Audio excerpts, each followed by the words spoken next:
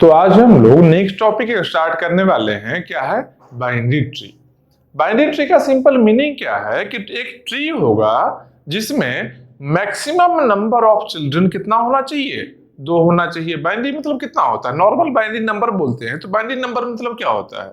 0 1। हाँ, 0 1 2 ही होता है ना, वेरिएशन। बस वही चीज यहाँ भी है। बाइनरी ट्री का सिंपल मीनिंग क्या है कि मैक्सिमम चाइल्ड होना चाहिए जो 2 होना चाहिए। मान लो ऐसा हम लोग जैसा देखे होंगे, इस तरीके से देखे होंगे। क्या एक ट्री है, ऐसा कोई ट्री है, इस तरीके का ऐसा स्ट्रक्चर में ट्री हम लोग देखे होंगे पहले, इस तरीके से कि ऐसा कोई ट्री है। अब इस ट्री में होता क्या है भाई? ये ट्री क्यों है? ट्री है, कंप्यूटर साइंस में जो ट्री देखते हैं इसको हम लोग बोलते थे क्या? बाइनरी ट्री बोलते थे। तो ये ट्री क्या था एक्चुअली? क्या काम था इसका? इस ट्री का काम था डेटा को स्टोर करना। समझ रहे हो बात को? जिस तरीके से सिस्टम में एक एरे होता है, एरे में हम लोग डेटा स्टोर करते हैं, लिंक लिस्ट होता है वहां भी स्टोर करते हैं, स्टैक होता है वहां भी स्टोर होता है। कहां कौन से फंक्शन के थ्रू स्टोर होता है वो अलग चीज है। स्टैक में अलग तरीके से एक फंक्शन काम करता है, वो फंक्शन के रिकर्सिव फंक्शन कॉल के अंदर में होता है, वो अलग चीज है। लेकिन है एक तरह का वो भी डेटा स्ट्रक्चर ही। बस वही चीज है, ये भी एक तरह का डेटा स्ट्रक्चर है जहां पर क्या होगा? डेटा स्टोर होता है। ठीक है। तो अब लोग ट्री का जो कनेक्शन होता है कि यहां से ऐसा लेफ्ट जा रहा है, एक राइट आ रहा है, ये किस तरीके से है भाई? मतलब इस नोड का क्या स्ट्रक्चर है? इस नोड का, हर एक नोड का, कोई भी एक नोड को लेते हैं, किसी एक नोड को लेते हैं, इसका स्ट्रक्चर क्या है? तो अगर इसके स्ट्रक्चर पर आते हैं तो देखो इसका स्ट्रक्चर कुछ ऐसा होता है। इसका स्ट्रक्चर कुछ ऐसा होता है। इसमें क्या है भाई? जैसे डबल लिंक लिस्ट में हम लोग देखे थे कि एक यहाँ पर मिडिल में एक डेटा के लिए रहेगा ब्लॉक, एक राइट में क्या रहता था? वहां पर राइट में नेक्स्ट पॉइंटर होता था, एक पॉइंटर होता था नेक्स्ट नाम का। ठीक है। नेक्स्ट पॉइंटर जैसा होता था, तो यहां पर एक पॉइंटर रहेगा राइट चाइल्ड। राइट में है, राइट में जो पॉइंटर, इसको क्या नाम है? Right child, RC, right child. ठीक है। लेफ्ट में जो पॉइंटर रहता था डबल लिंक लिस्ट में, उसमें क्या बोलते थे? उसको प्री पॉइंटर बोलते थे। यहां पर क्या है? लेफ्ट में है तो लेफ्ट चाइल्ड हो गया। समझ रहे हो? बीच में डेटा स्टोर करने का जगह है, लेफ्ट में लेफ्ट चाइल्ड के लिए पॉइंटर है, राइट में राइट चाइल्ड के लिए पॉइंटर है। अब लेफ्ट चाइल्ड का मीनिंग क्या हो गया? जो लेफ्ट चाइल्ड है इसका एड्रेस यहां स्टोर होगा। इसका एड्रेस क्या है? 2K है तो 2K को देखो यहां स्टोर कर लिए। ठीक है। यहाँ पर 3K है, मतलब क्या कैसे हुआ है? यहाँ 3K एड्रेस है, 3K को यहाँ स्टोर कर लिए। जैसे ही 3K एड्रेस यहाँ स्टोर किए, ये अब इसको पॉइंट कर रहा है। समझ रहे हो बात को? ये क्या है? यहाँ पर 2K इसका एड्रेस यहाँ स्टोर किए, ये इसको पॉइंट कर रहा है। बस यही चीज है। सेम वैसे ही है, नीचे भी देख लो। क्या यहाँ पर क्या है? डेटा को स्टोर किए है। मान लो B डेटा है मेरा, स्टोर किए है। यहाँ इसका 4K है, 4K यहाँ पर स्टोर किए, ये इसको पॉइंट कर रहा है। यहाँ का 5K यहाँ स्टोर किए, ये इसको पॉइंट कर रहा है। लेफ्ट में जो पॉइंटर है इसको लेफ्ट चाइल्ड के लिए बोलेंगे, और राइट में है इसको राइट चाइल्ड हो गया। ठीक है। नाम पॉइंटर को, ये पॉइंटर मतलब कि एड्रेस को स्टोर कर रहे हैं ताकि जहां पर पॉइंट करना है वहां पॉइंट करे। ठीक है। अब देखो एक और चीज नोटिस करो, यहां देखो नल है, यहां नल है मतलब क्या है? इसके राइट में कुछ भी नहीं है तो ये स्टोर भी नहीं करना है भाई। नहीं स्टोर करना है तो नल रहेगा। ठीक है। इसके लेफ्ट में कुछ भी नहीं है, कुछ नहीं है, स्टोर करना है तो नल होगा। इसके लेफ्ट राइट, इसके लेफ्ट में राइट में इसमें भी कुछ नहीं है तो नल होगा। समझ रहे हो बात को? लेफ्ट राइट कहीं भी नहीं है तो नल हो रहा है। ठीक है। अब एक और चीज देखो कि ये जो नोड है इसको हम लोग बोलते हैं ट्री में रूट नोड। इसको क्या बोलते हैं? रूट नोड बोलते हैं। एकदम जो मेन जो स्टार्टिंग का नोड होता है इसको क्या बोलते हैं? इसको हम लोग इसको बोलते हैं root. Root of the tree, tree का रूट है। अगर इसको हम लोग उल्टा अपसाइड डाउन करते हैं तो क्या देखिए ट्री का स्ट्रक्चर कैसा होता है? ऐसा ही होता है ना, जमीन से इस तरीके से ऐसा रहता है। सेम इसको उल्टा करेंगे, क्या यहां से स्टार्ट होकर ऐसे ऐसे स्टार्ट होकर ऐसे ऐसे जा रहा है, बस वही चीज है। जहां से स्टार्ट हो रहा है उसको रूट बोलते हैं। ठीक। तो क्या है? यहां पर ये रूट हो गया। उसके बाद में एक और चीज है, क्या कुछ टर्म है, उस टर्म को हम पहले बता दे रहे हैं। एक और चीज क्या है कि ऐसा कोई भी नोड, जैसे ये नोड मान लो, इसका चाइल्ड कितना है? इसका चाइल्ड कितना है? 0 चाइल्ड है, एक भी चाइल्ड नहीं है। देखो इसका लेफ्ट में भी चाइल्ड नहीं है, राइट में भी चाइल्ड नहीं है। तो इसको क्या बोलेंगे हम लोग? इसको क्या बोलेंगे? इसको बोलेंगे लीफ नोड। जिसका एक भी चाइल्ड नहीं है उसको क्या बोलेंगे? Leaf node. लीफ लीफ मतलब क्या होता है? पत्ता होता है, ठीक है। ट्री में भी क्या होता है? ट्री में क्या होता है? इस तरीके से स्टेम में सब है, लास्ट में क्या है? लीफ है। लीफ के बाद में कोई स्टेम होता है क्या? नहीं होता है। समझ रहे हो? बस बात वही यहां पर भी है कि जहां से फिर बाद में एक भी नोड जाने का रास्ता नहीं हो, कोई और नोड कनेक्टेड नहीं हो, लास्ट इंड हो जाए, उसको हम लोग लीफ बोलेंगे। तो लीफ कौन कौन हो गया भाई? देखो यहां से कोई इसका चाइल्ड नहीं है, ये भी लीफ हो गया। इसका भी चाइल्ड नहीं है, ये भी लीफ हो गया। इसका भी चाइल्ड नहीं है, ये भी लीफ हो गया। इसका भी चाइल्ड नहीं है, ये भी लीफ हो गया। समझ रहे हो? लीफ नोड किसको कहते हैं? समझ गए हम लोग। रूट किसको कहते हैं ये भी जान लिए। अब एक और चीज टर्म आता है क्या? Non leaf node. Non leaf मतलब क्या हो गया? कि जो लीफ नहीं है, जो लीफ नहीं है, मान लो इसको बोलते हैं लीफ है क्या? नहीं, इसका भी चाइल्ड है, मतलब कि ये क्या है? ये नॉन लीफ है। इसका भी चाइल्ड है तो क्या है? नॉन लीफ है। ये रूट भले ही है लेकिन है तो ये भी नॉन लीफ चाइल्ड, तो इसका भी है, मतलब क्या? रूट भी है और इसको नॉन लीफ ही बोलेंगे। समझ रहे हो बात को? मतलब क्या? या तो लीफ हो सकता है या तो नॉन लीफ हो सकता है। रूट एक स्पेशल नेम है एक नोड के लिए, एक पर्टिकुलर नोड के लिए रूट एक नाम भी है, ठीक है। जो स्टार्टिंग नोड रहेगा रूट नाम है। मतलब क्या? किसी फंक्शन में अगर इस ट्री डेटा स्ट्रक्चर में जो हम स्टोर किए हैं डेटा, अगर इस ट्री डेटा स्ट्रक्चर से कुछ भी डेटा को एक्सेस करना रहे या कुछ मॉडिफाई करना रहे, अगर किसी फंक्शन में हम लोग को ये ट्री गिवन करना होगा, मतलब देंगे किसी फंक्शन को, लो तुम इस पर कुछ काम करो, इसको किस तरीके से हम दे सकते हैं? ट्रांसफर कैसे कर सकते हैं? मतलब क्या? इसके रूट का एड्रेस को, इसके रूट का जो एड्रेस है 1 के, इस एड्रेस को हम एक पॉइंटर रूट आर में स्टोर कर लेंगे, इसको हम पास कर देंगे। जैसे ही इसके रूट के एड्रेस को पास किए, सिंपल देखो, रूट को अगर मिल जाएगा तो यहां से इस साइड में सब जगह जा सकता है, यहां से इस साइड में सब जगह जा सकता है, मतलब कि each and every node visit कर सकता है। मतलब क्या है? इसके रूट के एड्रेस को केवल हम पास करते हैं किसी भी फंक्शन में, चाहे कोई भी काम करना रहे, ठीक है।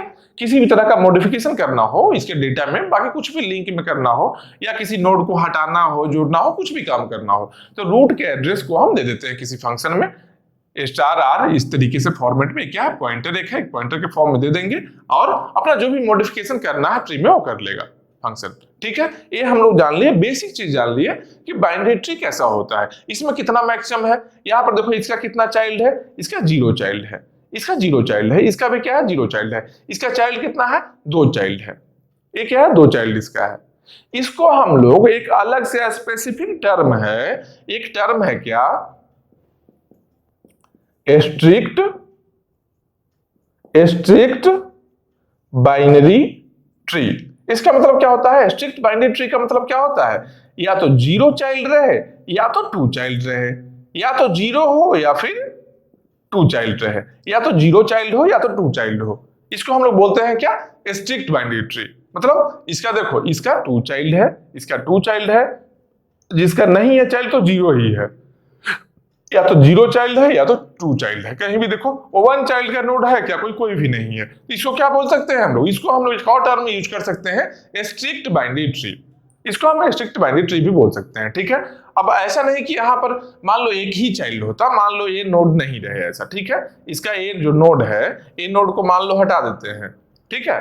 मान लो ये हो गया। अब इसका चाइल्ड कितना है? यहां से पॉइंटर भी हटा दो, ये जो एड्रेस से हटा दो, मान लो यहां हम नल कर दिए, तो यहाँ इसका चाइल्ड कितना हो गया? अब इसका एक चाइल्ड हो गया। राइट चाइल्ड तो नहीं है, लेफ्ट चाइल्ड ही केवल है इसका, ठीक है। तो लेफ्ट चाइल्ड ही है, राइट चाइल्ड नहीं है। इसका चाइल्ड कितना है? अब इसका 1 चाइल्ड है। तो 1 चाइल्ड जब इसका हो गया है तो इसको हम लोग स्ट्रिक्ट बाइनरी ट्री बोल सकते हैं क्या? नहीं बोल सकते हैं। क्यों? क्योंकि स्ट्रिक्ट बाइनरी ट्री का डेफिनेशन क्या है? या तो 0 चाइल्ड रहे या तो 2 चाइल्ड रहे, ठीक है, सब नोड के लिए, ठीक। तो इसको बाइनरी ट्री बोल सकते हैं क्या हम लोग? हाँ, बाइनरी ट्री बोल सकते हैं। बाइनरी ट्री का सिंपल मीनिंग है कि या तो 0 चाइल्ड रहे या तो 1 चाइल्ड रहे या तो 2 चाइल्ड रहे। मतलब क्या? बाइनरी ट्री सिंपल बोलता है क्या? At most 2 child possible, maximum 2 child होना चाहिए, मिनिमम से नहीं मतलब है उसको। मिनिमम 1 रहे, 0 रहे, 2 रहे, कुछ भी रहे। अब 0 से नेगेटिव में भी हो सकता है क्या? नेगेटिव में तो नहीं हो सकता है। काउंटिंग करना है मतलब 0 से ये स्टार्ट करेंगे, या तो 0 हो सकता है, 1 हो या 2 हो। क्योंकि मैक्सिमम बोलता है कि लेस देन इक्वल टू 2 होना चाहिए। क्या? नंबर ऑफ चाइल्ड है जो लेस देन इक्वल टू 2 होना चाहिए। किसके लिए? बाइनरी ट्री के लिए। बाइनरी ट्री का प्रॉपर्टी है, ठीक है। अब उसमें एक अलग स्पेसिफिकेशन था स्ट्रिक्ट बाइनरी, जिसमें 0 या 2 चाइल्ड ही होना चाहिए। ठीक है, ये हम बता दिए। इसके बाद में क्या है, हम लोग देख लिए क्या कि ट्री का नोड का स्ट्रक्चर कैसा है, रूट कौन सा होता है, ये सब चीज देख लिए। अब इसके बेसिस पर एक क्वेश्चन हम लोग बनाते हैं। ठीक है, ये क्वेश्चन बनाते हैं। ये क्वेश्चन क्या है, count number of leaf nodes. मतलब क्या, लीफ नोड्स को काउंट करना है। टोटल लीफ नोड्स कितना है उसको काउंट करना है। तो अब लीफ नोड्स कहां है भाई, लीफ नोड्स कौन सा है, क्या बताया अभी, जिसका एक भी चाइल्ड नहीं हो, 0 चाइल्ड हो, उसको लीफ बोलते हैं। इसका एक चाइल्ड है तो इसको लीफ बोलेंगे क्या, नहीं बोल सकते हैं। एक चाइल्ड है ना, लीफ नहीं है। ठीक, जिसका एक भी चाइल्ड नहीं हो, 0 चाइल्ड हो, वही लीफ होता है केवल। लीफ का मतलब है कि 0 चाइल्ड। ठीक है, जिसका 0 चाइल्ड है वही लीफ है केवल। मतलब क्या है, ये लीफ है, ये मेरा लीफ है, ये मेरा लीफ है। ठीक है, अब देखो इसके लिए एक कोड लिखा हुआ है। मान लो अच्छा लीफ को अगर फाइंड आउट करना रहे तो सिंपल बोलो, जब हम बोल दिए कि 0 चाइल्ड रहेगा वही लीफ है, भाई बोले ना, जिसका 0 चाइल्ड होगा वही लीफ है। इसका मतलब कि जो काउंटिंग करना है, count total number of leaf nodes, कैसे काउंट करेंगे, हम सब नोड्स के पास में जाएंगे, चेक करेंगे कि कितना चाइल्ड है। अगर 0 चाइल्ड रहेगा तो उसको लीफ बोल लेंगे। समझ रहे हो बात को। तो यहां पर जाएंगे, यहां देखेंगे कि इसका लेफ्ट और राइट जो पॉइंटर है, अगर यहां भी नल रहे, यहां भी नल रहे, अगर यहां भी नल हो, यहां भी नल हो, मतलब एक भी चाइल्ड नहीं है, मतलब क्या हो जाएगा, ये लीफ नोड हो जाएगा।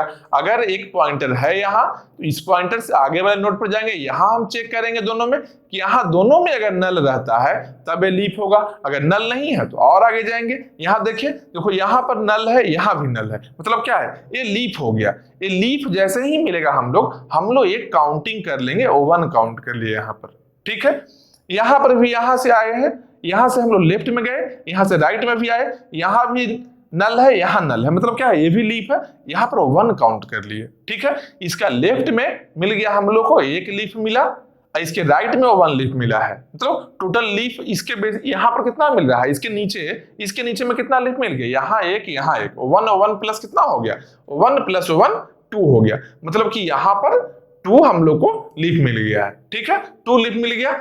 अब जब यहां पर आ गए, सेम ऐसे ही यहां पर जाएंगे, इससे नीचे जाएंगे तो क्या है, यहां 1 लीफ है तो यहां 1 मिल गया। इसके राइट में कोई लीफ है क्या, राइट में कोई लीफ नहीं है, तो यहां रिटर्न क्या किया, 1 रिटर्न किया। तो इसके लेफ्ट साइड से 2 लीफ मिला है, इसके राइट साइड से 1 लीफ मिला है। टोटल अगर ऐड करेंगे तो 2 प्लस 1 3, मतलब कि इस रूट के पास में 3 लीफ मिल गया।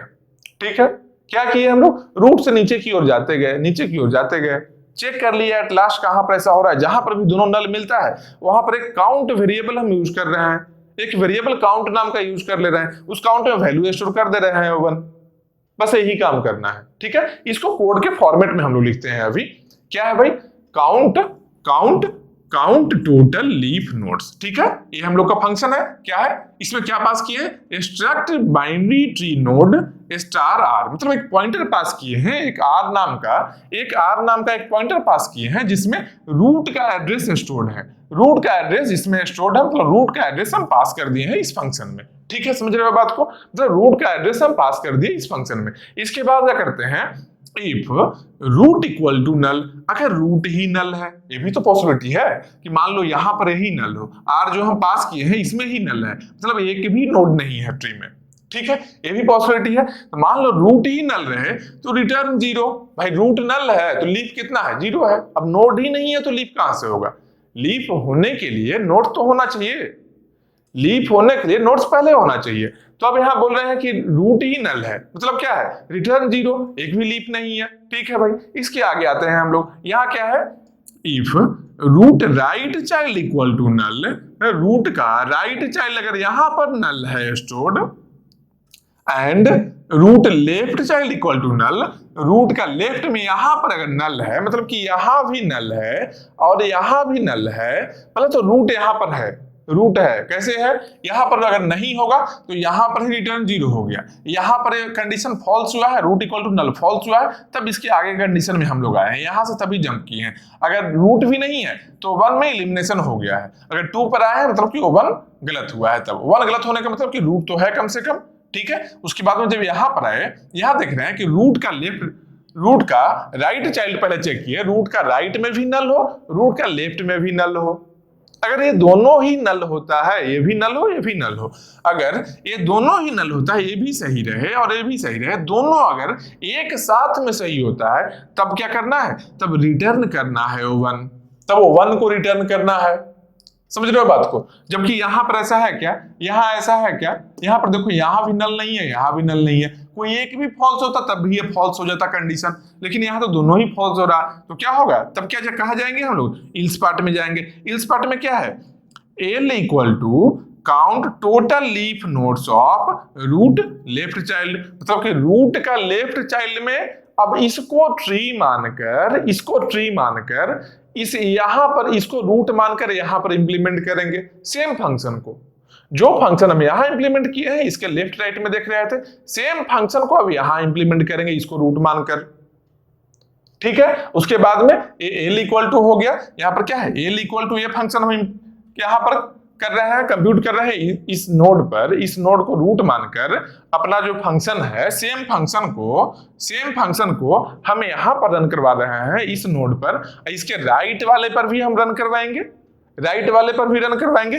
राइट वाले के लिए क्या है, R equal to count total leaf nodes root right child, तो रूट का राइट चाइल्ड में भी सेम फंक्शन को हम रन करवाने वाले हैं, जो फंक्शन हम यहां पर रन करवाए हैं।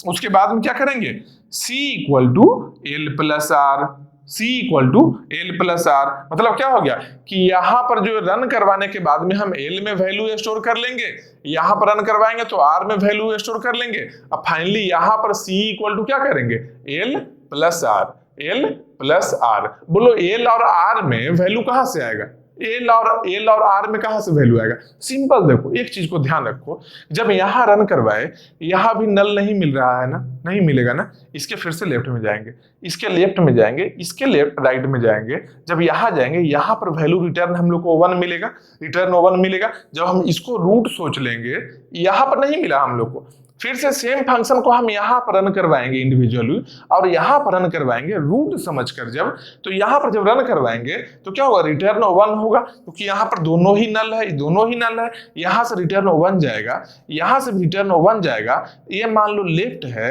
एल है, ये मान लो आर है, यहां पर एल इक्वल टू 1 है, यहां पर आर इक्वल टू 1 है, तो इसके लिए अगर इस नोड के लिए देखते हैं तो c equal to L plus R, ठीक है, जो यहां पर है c equal to L plus R यहां पर है, मतलब क्या हो जाएगा, एल का वैल्यू 1 है, आर का वैल्यू 1 है, c इक्वल टू कितना हो गया, 2 हो गया, तो यहां पर क्या है 2 रिटर्न किया है, लेकिन इस नोड के लिए तो ये लेफ्ट है, इस नोड के लिए ये तो राइट है, राइट में जैसे ही जाएगा तो यहां पर तो यहां नल नहीं मिल रहा है, दोनों नल नहीं है, मतलब क्या है, इसके लेफ्ट चाइल्ड में गया, ये इसके लिए लेफ्ट है, इसके लिए लेफ्ट है, राइट में कुछ भी नहीं है, मतलब कि आर का वैल्यू यहां से 0 मिलेगा, एल का वैल्यू यहां से 1 मिला, ठीक है, एल प्लस आर किया तो यहां पर वैल्यू कितना मिला, 1 मिल गया इसको, लेकिन इस नोड के लिए ये तो आर का वैल्यू है, तो यहां से इस नोड के लिए देखते हैं अगर, तो एल का वैल्यू 2 मिला है, इस नोड के लिए आर का वैल्यू 1 मिला है, तो एल प्लस आर 2 प्लस 1 3 मिल गया, सी का वैल्यू यहां से,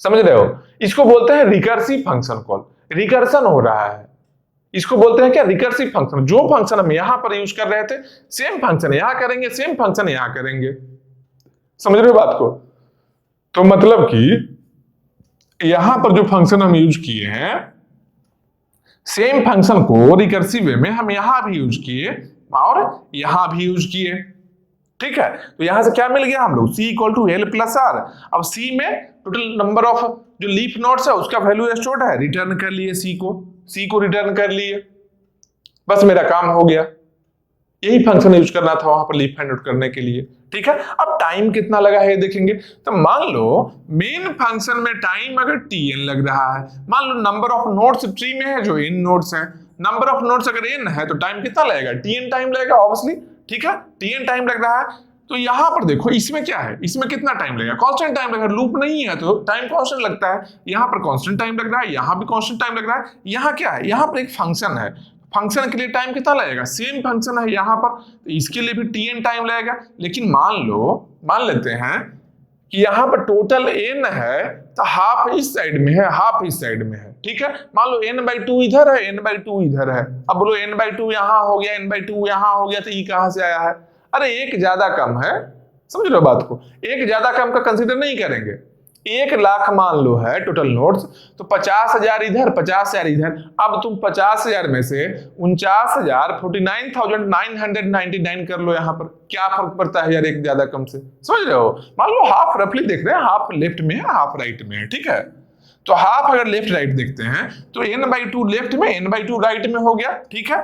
तो लेफ्ट वाले के लिए क्या हो गया, t n/2 हो गया। अगर n एलिमेंट्स है, n नोड्स है, तो टाइम tn लग रहा है, तो n/2 नोड्स है तो टाइम tn/2 लगेगा, ठीक है। राइट में भी क्या हो गया, टाइम tn/2 लगा। तो टोटल टाइम कितना लगेगा भाई, टोटल टाइम यहाँ पर भी तो कांस्टेंट टाइम लगा है ना, बिग O1 टाइम तो लगा ही होगा, कुछ कांस्टेंट टाइम तो लगा ही होगा ऑब्वियसली, ठीक है। तो यहाँ पर क्या हो गया, टोटल टाइम अगर फाइंड करना चाहेंगे हम लोग तो क्या लिख सकते हैं इसको, टोटल टाइम को हम क्या लिख सकते हैं, tn/2 प्लस tn/2। देखो ये सबके, ये दोनों के बीच में दोनों को रन करवाना है या किसी एक को। यहाँ पर देखो L और R है, इसमें दोनों रन करना है या एक को रन करवाना है, दोनों को ही करवाना है, समझ रहे हो बात को। इस दोनों को ही रन करवाना, लेफ्ट में भी देखना है राइट में भी देखना है, फिर लेफ्ट से वैल्यू यहाँ आएगा राइट से वैल्यू यहाँ आएगा, तब हम लोग को टोटल काउंट मिल पाएगा, ठीक है। तो दोनों रन करेगा तो tn/2 यहां से tn/2 यहां से कितना हो गया, 2tn/2 प्लस बिग O1, मतलब क्या है 2tn/2 प्लस बिग O1, ठीक है। यहां पर कांस्टेंट हो गया 2tn/2। अगर मास्टर थ्योरम भी अप्लाई करते हो, a का वैल्यू 2 है, b का वैल्यू भी 2 है, n power log a base b, समझ रहे हो, n power log a base b, a और b दोनों का वैल्यू 2 है, सेम वैल्यू है, log a बेस b का वैल्यू 1 हो गया, n पावर 1 हो गया, मतलब क्या हो गया, टाइम कॉम्प्लेक्सिटी क्या हो गया, बिग O n हो गया, बिग O n हो गया। यहाँ पे क्योंकि कांस्टेंट है, एक हो गया n, बिग O n हो गया। मतलब ये करने में टाइम कितना लगा, n टाइम लगा। और स्टैक स्पेस कितना लगेगा, अब लो स्टैक कहां से आ गया, नया चीज आ गया है स्टैक। स्टैक कोई नया चीज नहीं है, जहां कहीं भी रिकर्सन यूज होगा, रिकर्सिव फंक्शन कॉल यूज होगा, जहां कहीं भी रिकर्सिव फंक्शन कॉल यूज होगा, सिंपल जानना स्टैक वहां आना ही आना है। क्योंकि हम क्या कर रहे थे, इसको फाइंड करने के लिए इसको फाइंड किया और इसको फाइंड किए, ठीक। अगर यहां से यहां आए, इसको अगर भूल जाते हैं हम, तो बाद में फिर बैक कैसे जाएंगे यहां पर। इसलिए क्या करते हैं, पहले इस ये जो नोड है यहां पर एक बार अप्लाई किए हैं हम फंक्शन को, इसको स्टैक में हम पुश कर दिए, एक स्टैक इस तरीके से स्टैक में हम पुश कर दिए फंक्शन को, फिर ये आया, फिर इसको भी पुश कर दिए, फिर यहां आया, इसको भी पुश कर दिए, ये कंप्लीट हुआ, इसको पॉप कर लिए, फिर ये आया, इसको पुश किए, फिर इसको पॉप किए। तो स्टैक के हेल्प से ही हम लोग रिकर्सन को सॉल्व करते हैं, रिकर्सिव फंक्शन कॉल को स्टैक के हेल्प से ही हम लोग सॉल्व करते हैं, ये सिंपल बात है, ठीक है। तो यहां पर देखें क्या कि अब स्टैक का साइज कितना होगा, तो स्टैक का साइज कितना होगा, कितना साइज होना चाहिए, अरे जो हाइट होगा वही साइज होगा स्टैक का, और कितना होगा। सिंपल देखो, यहां से यहां के बाद यहां आएंगे, ये जब ओवर हो जाएगा तो यहां आ जाएंगे, ठीक है। तो ये जहां पर रन कर रहा था स्टैक में, ये तो आउट हो जाएगा ना, ओवर होने के बाद आउट हो जाएगा, इसके जगह पर ये रन कर जाएगा, ठीक है। फिर जब ये ओवर हो जाएगा तो इसके जगह पर ये रन कर जाएगा, फिर यहां आएगा तो मैक्सिमम जो हाइट है, यहां से यहां तक का जो हाइट है, मतलब नंबर ऑफ लेवल्स बोल सकते हैं, नंबर ऑफ लेवल्स बोलो, हाइट क्या है, नंबर ऑफ लेवल्स एक कम होता है। जैसे क्या कि एक कितना लेवल है, एक लेवल, ये 2 लेवल, ये 3 लेवल, 3 लेवल इसको बोलते हैं, 1 2 3 लेवल। तो स्टैक कितना साइज का चाहिए, 3 का चाहिए, जितना नंबर ऑफ लेवल्स है उतना ही चाहिए, ठीक है। हाइट कितना होता है, हाइट होता है नंबर ऑफ लेवल्स -1। जैसे ये एक इस तरीके का रास्ता है, 1 हाइट हो गया, ये रास्ता है हाइट 2 हो गया। सबसे लार्जेस्ट डिस्टेंस जो होगा लीफ से लेकर रूट तक, तो रूट से लेकर लीफ तक जाने का सबसे लार्जेस्ट डिस्टेंस होगा जो, उस डिस्टेंस को हाइट बोलते हैं हम लोग, समझ रहे हो। Number of levels height equal to बोल सकते हैं, height equal to number of levels -1, ये हम लोग बोल सकते हैं, ठीक है।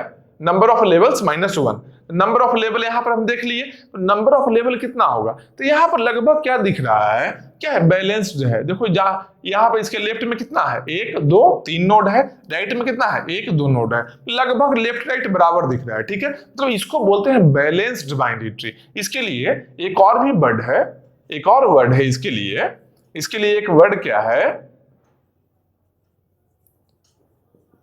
Balanced binary tree. Balanced binary tree का मतलब क्या होता है कि जितना लेफ्ट में नोड है, लेफ्ट साइड में जितना नोड है, मतलब लेफ्ट सब ट्री में जितना नोड है, इस पूरे को अगर एक बार हम बोलना चाहेंगे तो बोलेंगे इसको लेफ्ट सब ट्री बोलेंगे, इसको राइट सब ट्री बोलेंगे। मतलब क्या, इस तरीके से बोल सकते हैं, ऐसे left sub tree equal to right sub tree. किसके लिए हो गया? Left sub tree equal to right sub tree किसके लिए हो गया? बैलेंस्ड बाइनरी ट्री के लिए हो गया। ठीक है, लेफ्ट में जितना है उतना ही राइट में है। ठीक है, तो बैलेंस्ड है। और बैलेंस्ड बाइनरी ट्री का नंबर ऑफ लेवल्स कितना होता है? नंबर ऑफ लेवल्स अगर एल का बात करते हैं तो ये होता है log n लेवल्स होता है। ठीक है, बाइनरी ट्री में कितना लेवल्स होता है? अगर बैलेंस्ड है, बैलेंस्ड बाइनरी ट्री अगर बैलेंस्ड बाइनरी ट्री है तो नंबर ऑफ लेवल्स कितना होगा? log n होगा। मैक्सिमम कितना लेवल पॉसिबल है? तो मैक्सिमम क्या है? मान लो राइट में रहे ही नहीं, सबके सब लेफ्ट में ही रहे, तो इसके बाद ए रहे, इसके बाद ए रहे, इसके बाद एक रहे, एक ही लाइन में रहे, उसको क्या बोलेंगे? क्या लगता है क्या बोलेंगे उसको? लिंक लिस्ट जैसा वो बन जाएगा। जैसे हम लोग सिंगल लिंक लिस्ट देखे थे, सिंगल लिंक लिस्ट में एक नोड से यहां गए, यहां गए, यहां गए, यहां गए, एक ही रास्ता है, वन वे अगर है, कहीं पर भी डिवाइड नहीं हो रहा है दो पार्ट में, लिंक लिस्ट जैसा बिहेव करेगा। तो वर्स्ट केस में नंबर ऑफ लेवल्स कितना हो जाएगा? n लेवल हो जाएगा। नंबर ऑफ लेवल्स l बराबर n हो जाएगा। कब? वर्स्ट केस में एक ही लाइन में रहे, सिंगल लिंक लिस्ट जैसा बिहेव कर सकता है। ठीक है, तो वर्स्ट केस में नंबर ऑफ लेवल्स n होगा और बेस्ट केस में number of levels log n होगा। कब? जब बैलेंस्ड बाइनरी ट्री रहे। तो यहाँ पे बैलेंस्ड है लगभग, तो यहाँ क्या बोलेंगे हम? बैलेंस्ड है। क्यों? क्योंकि इसके चलते ही ना हम n/2 लिए हैं, दोनों साइड में देखो n/2 लिए हैं। इस केस में नंबर ऑफ लेवल्स कितना हो गया? log n हो गया। तो जितना नंबर ऑफ लेवल्स उतना ही स्टैक का साइज। मतलब क्या है? स्टैक का साइज क्या है? स्टैक का साइज क्या लिख लिए हम लोग? log n ले लिए हैं। ठीक है, और ये क्या हो गया? बेस्ट केस में हो गया ये। वर्स्ट केस में क्या होगा भाई? वर्स्ट केस में मान लो एक ही लाइन में रहे, एक ही लाइन में रहे तो क्या होगा? यहां पर जैसे tn/2 लिए हैं, मान लो एक ही साइड में सब रहेगा तो यहां पर हम लोग क्या लेना पड़ेगा? tn-2 एक रूट के लिए, या फिर n-1 राइट में कुछ भी नहीं है, यहां पर क्या होगा? t0, एक साइड में 0 नोड है, राइट में 0 नोड है, लेफ्ट में n-1 नोड है। समझ रहे हो बात को? इसको अगर हम लिखते हैं लाइन से तो क्या लिखेंगे? t equal to tn-1 plus t0 plus c कुछ कांस्टेंट टाइम b 1 टाइम। ठीक है, तो यहां पर वर्स्ट केस में ऐसा हुआ, इसमें कितना सम होगा? देखो n-1 फिर n-2 होगा, फिर n-3 होगा, उतना टाइम्स c को ऐड करेंगे। मतलब क्या है कि टोटल बिगो n टाइम हो गया। समझ रहे हो? टोटल बिगो n टाइम हो गया। मतलब क्या? वर्स्ट केस में टाइम कितना लगेगा? बिगो n टाइम लगेगा। और स्टैक स्पेस कितना लगेगा? नंबर ऑफ लेवल्स जितना है उतना ही लगेगा। नंबर ऑफ लेवल्स कितना होगा? एक ही साइड में जा रहा है, लेफ्ट में ही हमेशा है, n-1 n-2 n-3 ऐसे जा रहा है, तो नंबर ऑफ लेवल्स कितना होगा? लिंक लिस्ट जैसा बिहेव कर रहा है। नंबर ऑफ लेवल्स क्या है? n लेवल्स होगा। तो n लेवल्स है तो स्टैक स्पेस भी बिगो n होगा। अगर नंबर ऑफ लेवल्स n है तो स्टैक स्पेस भी बिगो n ही होगा। ठीक है, ये हम लोग जान लिए किसके लिए? काउंट करने के लिए, total number of leaf nodes के लिए हम लोग समझ लिए हैं। ठीक, उसके बाद आता है क्या? नॉन लीफ नोड्स के लिए आता है। भाई लीफ नोड्स काउंट कर लिए, नॉन लीफ नोड्स कैसे काउंट करेंगे? तो लीफ नोड्स और नॉन लीफ में डिफरेंस क्या है? सिंपल देखो, लीफ का मतलब क्या है कि दोनों अगर नल रहे तो लीफ होता है, अगर दोनों में से एक भी नल नहीं है तो नॉन लीफ होगा। सिंपल लॉजिक है। मतलब क्या करेंगे? देखो यहां पर सेम, यहां पर एक फंक्शन यूज किए हैं, count total number of non leaf nodes, count total number of non leaf nodes. इसमें जो मेन जो पार्ट है, प्रोग्राम का मेन कोड का पार्ट है, हम वही लिखे हैं। ऊपर का सब एक्स्ट्रा जो रहेगा, एक्स्ट्रा नोट जो पास कर रहे हैं पॉइंटर ऐसे, वो नहीं लिखे। पॉइंटर तो पास करना ही पड़ता है सब फंक्शन में। ठीक है, तो यहाँ पर मेन हम रूट का जो लिखे हैं क्या है? If root equal to null, अगर रूट ही नल रहे तो क्या? Return 0। If root left child equal to null and root right child equal to null, मतलब रूट का लेफ्ट भी नल है, राइट भी नल है, मतलब क्या हो गया? लीफ जैसा बिहेव कर रहा है। अगर लीफ जैसा है तो रिटर्न 0 करना है। अगर लीफ जैसा है तो क्या करना है? रिटर्न 0 करना है। अगर लीफ जैसा नहीं है, समझ रहे हो? अगर दोनों ही नल नहीं है, दोनों नल नहीं है, तब क्या करना है भाई? L equal to same function को count total number of non leaf nodes R of left child, root left child, और फिर R equal to count total number of non leaf nodes root right child. Same function apply किए हैं left sub tree और right sub tree में, left में और right में apply किए। एक सी काउंट के लिए हम लोग क्या किए हैं, C equal to 1 plus L plus R. यहां क्या किए 1 प्लस एल प्लस आर और रिटर्न कर दिए सी को। बोलो यहां पर सी क्या लिखे 1 प्लस एल प्लस आर, लेकिन यहां पर सी क्या लिखे एल प्लस आर लिखे। ऐसा क्यों कर रहे हैं, देखो ऐसा इसलिए कर रहे हैं कि यहां क्या है, जब दोनों ही लेफ्ट चाइल्ड और राइट चाइल्ड अगर नल होता है उस केस में यहां रिटर्न 1 हम कर ले रहे हैं, तो लीफ को काउंट कर ले रहे हैं। कि यहां क्या कर रहे हैं, यहां पर जब लीफ बन जाता है कोई नोड अगर लीफ रहता है तो वहां हम रिटर्न 0 कर रहे हैं। तो जो नोड लीफ नहीं है उसके लिए ही नीचे हम आए हैं। जब नीचे एक बार आने का मतलब क्या हो गया कि लीफ नहीं है। अगर लीफ होता तो यहां तक इंड हो गया होता, रिटर्न 0 हो गया होता। इसके नीचे आने का मतलब क्या है कि वो नोड है जो लीफ नहीं है। अब लीफ नहीं है तो नोड को काउंट कर लेंगे। बस वही नोड को काउंट करने के लिए हम लोग यहाँ 1 लिखे हैं और उस पर्टिकुलर नोड का लेफ्ट चाइल्ड के लिए जितना भी नॉन लीफ नोड होगा, उस नोड के लेफ्ट सब ट्री में जितना नॉन लीफ नोड है, इसे यहाँ रूट है, रूट का लेफ्ट में देखेंगे लेफ्ट एल से आएगा, रूट का राइट में देखेंगे राइट है जो आर से आएगा, यहाँ एल आ गया लेफ्ट का, राइट आ गया यहाँ से। और रूट के लिए क्या है नॉन लीफ नोड है, ठीक है, रूट के लिए 1 काउंट कर लिए, तो रूट के लिए 1 प्लस लेफ्ट के लिए एल प्लस राइट के लिए R, 1 plus left plus right, 1 plus L plus R, ठीक है। रिटर्न कर लिए सी को, हो गया काम मेरा। समझ रहे हो बात को। अब देखो इसमें टाइम कितना लगा होगा, इसमें टाइम कितना लगा, तो जो टाइम यहां पर लगा है इस फंक्शन में लगा है, ये फंक्शन में, वही काम तो यहां भी कर रहे हैं। इस दोनों में चेंजिंग क्या है, क्या अंतर है, इस दोनों में क्या डिफरेंस लग रहा है। सिंपल एक माइनर डिफरेंस है क्या कि यहां पर रिटर्न 0 हम किए हैं, रिटर्न 0 किए हैं लीफ होता है जब, जबकि यहां पर लीफ होने पर रिटर्न 1 किए। पहला ये डिफरेंस है। दूसरा डिफरेंस क्या है, c equal to L plus R यहां पर हम किए हैं, यहां पर किए हैं c equal to 1 plus L plus R. तो टाइम चेंज हो सकता है क्या, किसी कांस्टेंट को हम चेंज कर रहे हैं अगर किसी स्टेटमेंट में, टाइम कभी नहीं चेंज हो सकता है। मतलब क्या है कि इसमें कितना टाइम लगेगा, इसमें टाइम कितना लगने वाला है, जो यहां टाइम लगा वही टाइम यहां भी लगेगा, मतलब बिग O N टाइम लगना है। जो स्पेस यहां लगा है वही स्पेस यहां भी लगेगा, टाइम भी सेम रहेगा और स्पेस भी सेम रहेगा। मतलब क्या है कि नॉन लीफ नोड्स यहां से हम काउंट कर लिए, लीफ नोड्स हम यहां से काउंट कर लिए। अब एक क्वेश्चन आता है क्या, अगर total number of nodes count करना रहे, मान लो एक क्वेश्चन ऐसा आ जाए,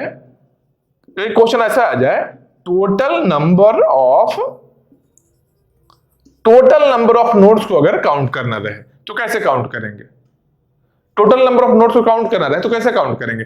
टोटल नंबर ऑफ नोड्स के लिए दोनों को इंपोज करेंगे एक साथ में, दोनों एक साथ में रखेंगे, लीफ नोड्स का वैल्यू भी और नॉन लीफ नोड्स का भी वैल्यू। अब कैसे रखेंगे दोनों एक साथ, सिंपल देखो, लीफ नोड्स में हम क्या किए हैं, लीफ जहां है वहां पर रिटर्न 1 करवाए हैं ना, जहां पर लीफ है वहां पर रिटर्न 1 करवाए हैं ना। तो यहां पर क्या है, यहां 0 की जगह पर अगर हम 0 की जगह पर यहां रिटर्न 1 अगर हम कर लेते हैं, मतलब क्या लीफ को काउंट कर लिया यहां पर जब ऐसे ही बाहर आए तो नॉन लीफ को काउंट कर लिया, तो यहां से लीफ भी काउंट हो गया, यहां से नॉन लीफ भी काउंट हो गया, दोनों काम हो गया। इस प्रोग्राम में बस इतना मॉडिफिकेशन के लिए टोटल नोड्स काउंट कर लिया। या फिर सेम चीज को यहां पर हम लोग कर सकते हैं क्या कि यहां पर c equal to L plus R plus 1 कर दें, यहां ऐड कर दें, यहां पर तो ये 1 है ही। दोनों में यही तो अंतर है, दोनों कोड में इतना ही अंतर है ना। टोटल काउंट करने के लिए लीफ की जगह पर 1 कर लो, नॉन लीफ की जगह पर भी 1 कर लो, बस हो गया total number of leaf nodes count, total number of nodes count हो गया, ठीक है। अब मान लो कहीं मान लो क्वेश्चन में ऐसा दे दे कि यहाँ रिटर्न 1 दिया था ना, मान लो यहाँ पर 1 के जगह पर रिटर्न 7 लिख दे। इसका मतलब पूछ दे कि इसका मतलब क्या है, क्या काउंट करने वाला है। अगर रिटर्न 7 लिख दिया तो क्या काउंट करने वाला है। सिंपल लॉजिकली देखना कि रिटर्न 7 कब कर रहा है रिटर्न, ये तब रिटर्न कर रहा है जब लेफ्ट चाइल्ड राइट चाइल्ड नल है, लेफ्ट चाइल्ड भी नल है, मतलब लीफ नोड है। एक लीफ नोड के लिए 7 रिटर्न कर रहा है। 10 लीफ नोड होगा तो क्या करेगा, 10 into 7 रिटर्न करेगा। एक के लिए 7 ऐड हो रहा है, मतलब क्या है कि 7 टाइम्स ऑफ लीफ नोड से रिटर्न कर रहा है। समझ लो बात को, 7 total number of leaf node जितना है उसका 7 टाइम्स रिटर्न करेगा। समझ रहे हो, मान लो यहां पर रिटर्न 7 की जगह पर मान लो 10 रहे, 10 टाइम्स रिटर्न करेगा, मान लो इस तरीके से रहे 20 रहे 20 टाइम्स रिटर्न करेगा, क्या फर्क पड़ता है? समझ रहे हो? एक के लिए रिटर्न, एक लीफ के लिए कितना रिटर्न करना है उसको हम लोग काउंट कर लेंगे। ठीक है, यहां देख लिए। इसके बाद में क्या है कि मान लो यहां पर 1 आया था, यहां पर नॉन लीफ के लिए 1 आया था, मान लो यहां पर 1 जो है, इस 1 के जगह पर कोई और वैल्यू यहां पुट कर दिया जाए, मान लो 5 पुट कर दिया जाए, तो क्या हो जाएगा इससे भाई? 5 पुट करेंगे तो क्या हो जाएगा? 5 टाइम्स नॉन लीफ नोट्स हो जाएगा, 5 टाइम्स नॉन लीफ नोट्स हो जाएगा। समझ रहे हो बात को? ये छोटा छोटा जो चेंजिंग कर रहा है उसको ऑब्जर्व कर लेना है। 5 टाइम्स हो गया। मान लो ऐसा किया कि यहां पर रिटर्न 0 था, यहां पर रिटर्न 1 नहीं, यहां पर 7 कर दे, यहां 5 है। अब क्या काउंट कर रहा है? अब इसको क्या लिखेंगे? ये क्या काउंट कर रहा है? 7 टाइम्स ऑफ, ये क्या देता है? Leaf notes. 7 times of leaf notes plus 5 times of non leaf notes, मतलब क्या? 5 times of non leaf note से काउंट कर रहा है। ठीक है, समझ रहे हो बात को? यहां से जो प्रोग्राम से वैल्यू मिलने वाला है, यहां पर रिटर्न 7 लिखकर यहां पर 5 यूज करके क्या मिलने वाला है? 7 times of leaf notes plus 5 times of non leaf notes, यही वैल्यू मिलने वाला है। ठीक है, एक क्वेश्चन देख लिए। तो बाइनरी ट्री पर ही अभी और नेक्स्ट क्वेश्चन देखते हैं हम लोग। तो नेक्स्ट क्वेश्चन हम लोग का है क्या? बाइनरी ट्री में क्या है? Find height of binary tree. मतलब एक बाइनरी ट्री गिवन है अगर, तो उसका हाइट कितना है। ठीक है, तो हाइट का मतलब सिंपल क्या होता है कि हाइट मतलब अगर इस तरीके से बाइनरी ट्री है, इस तरीके से बाइनरी ट्री है, ऐसा ये सब नोड है, मान लो ये सब नोड है, अगर इसके हाइट के बारे में पूछ लिया जाए तो सिंपल जान लो, अगर लेवल्स के बारे में पूछा जाए तो कितना लेवल है भाई? 1 2 3 और 4 लेवल है। ठीक है, नंबर ऑफ लेवल्स कितना हो गया? 4 हो गया। हाइट का मतलब क्या होता है कि maximum distance between any leaf and root, किसी भी लीफ और रूट के बीच का मैक्सिमम डिस्टेंस जो है वही हाइट होगा। ठीक, जैसे क्या, मान लो यहां से ये देखो, ये रूट है ना, इसका कोई भी चाइल्ड नहीं है, तो ये रूट है, तो नहीं रूट यहां पर है, इसका चाइल्ड नहीं है तो लीफ है, तो ये लीफ, रूट कहाँ है? रूट यहां पर है, यहां लीफ है, ये लीफ हो गया, ये भी लीफ नोड है, ये भी लीफ नोड है, ये भी लीफ नोड है। तो इस लीफ और इस रूट का कितना मैक्सिमम डिस्टेंस कितना है?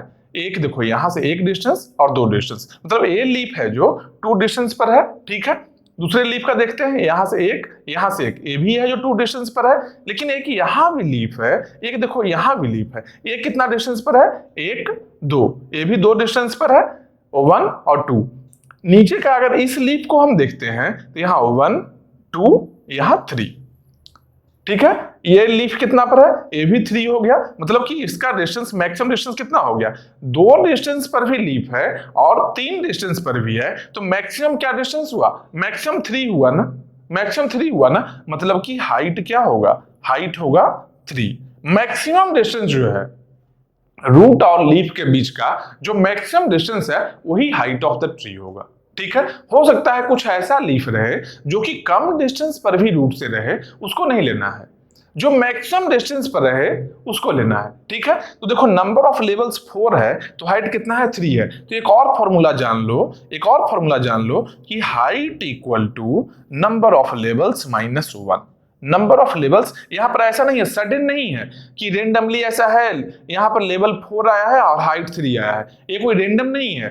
ये मतलब श्योर शॉर्ट फॉर्मूला है कि जितना लेवल होगा उससे एक कम हाइट होगा, जितना नंबर ऑफ लेवल्स होगा उससे एक कम हाइट होगा। जैसे क्या, देखो लेवल 1 और लेवल 2, एक यहां पर लेवल हो गया, एक यहां पर लेवल 2 हो गया, इस दोनों 2 लेवल है, अगर 2 लेवल का ट्री है तो हाइट कितना है? एक ही है ना, हाइट डिस्टेंस एक ही है ना। 2 लेवल अगर मिल रहता है तो 2 लेवल मिलकर हाइट 1 बना रहा, एक और लेवल लेते हैं तो यहां से 1 और 2, 3 लेवल है तो हाइट 2 है, 4 लेवल है तो हाइट 3 है। समझ रहे हो बात को? बस यही चीज यहां पर फाइंड करना है कि find height of binary tree. Binary tree का हाइट को फाइंड करना है। हाइट कितना होता है भाई? लेवल्स क्या होगा? हाइट प्लस 1 होगा। अगर इसको रिवर्स में लिखते हैं तो h equal to number of levels minus 1, इसको ऐसे भी लिख सकते हैं। मतलब कि हाइट क्या है? Longest distance from root to any leaf node, any leaf node. मतलब कि किसी भी लीफ नोड का जो लॉन्गेस्ट डिस्टेंस होगा वही हाइट होगा, किसी भी लीफ नोड का जो लॉन्गेस्ट डिस्टेंस होगा वही हाइट होगा। मान लो बहुत सारा लीफ है, 10 लीफ है, किसी का हाइट मतलब किसी का हाइट 4 है, मतलब किसी लीफ का जो डिस्टेंस है रूट से लीफ का डिस्टेंस किसी का 4 है, किसी का 5 है, किसी का 7 है, किसी का अगर 10 है, तो मैक्सिमम कितना है? सबके अमाउंट में 10 है, तो हाइट भी 10 होगा। जो मैक्सिमम होगा डिस्टेंस वही हाइट होगा। ठीक है, तो यहां पर क्या देखेंगे, इसके कोड पर आते हैं। कोड में क्या है? हाइट ऑफ बाइनरी ट्री एक फंक्शन है, इसमें क्या हम पास किए हैं? स्ट्रक्ट नोड स्टार आर, मतलब एक पॉइंटर आर को हम पास कर दिए। आर मतलब क्या है? ये क्या है? इसमें रूट का एड्रेस है, इसमें क्या है? रूट एड्रेस है, रूट के एड्रेस को हम पास कर दिए इस फंक्शन में। ठीक है, हाइट ऑफ बाइनरी ट्री के लिए रूट का पास करेंगे, मतलब रूट का अगर एड्रेस हम पास कर दिए, यहां से सभी नोड को विजिट कर ही लेगा। ठीक है, कोई दिक्कत नहीं है यहां पर। इसके बाद क्या करेंगे? If root equal to null, अगर रूट ही नल है, एक भी नोड नहीं है, तो हाइट कितना होगा? हाइट 0 होगा, तो रिटर्न 0। अगर रूट ही नल है तो हाइट 0 हो गया। ठीक है, इसके बाद क्या है? If root left child equal to null and root right child equal to null, मतलब कि रूट का लेफ्ट चाइल्ड भी नल रहे और राइट चाइल्ड भी नल रहे। मतलब क्या? ऐसा हो, ये रूट है, इसके नीचे और कोई भी नोड नहीं है, एक ही नोड केवल रूट ही है। ठीक, अगर इस तरीका रहे तो इसका हाइट क्या होगा? हाइट क्या होगा? 0 हाइट है, हाइट 0 है। हाइट कब बनेगा? कम से कम 2 लेवल होगा, 2 लेवल होगा तब ना एक हाइट होगा। कम से कम मिनिमम 2 लेवल्स होगा तब तो एक हाइट होगा। समझ रहे हो बात को? मतलब क्या? अगर रूट का लेफ्ट चाइल्ड भी नल है, राइट चाइल्ड भी नल है, मतलब कि चाइल्ड ही नहीं है। इसका मतलब क्या हो गया? कि रिटर्न 0, हाइट 0 है। ठीक है, अगर ऐसा नहीं हुआ, अगर दोनों ही नल नहीं है, उस केस में क्या करना है? मतलब कि रूट भी नल नहीं है पहला बात तो, रूट का लेफ्ट चाइल्ड और राइट चाइल्ड दोनों साथ साथ में, दोनों में से कोई भी नल नहीं है। ठीक है, या फिर मान लो ये भी हो सकता है कि दोनों में से कोई एक है जो नल है, एक नॉन नल है।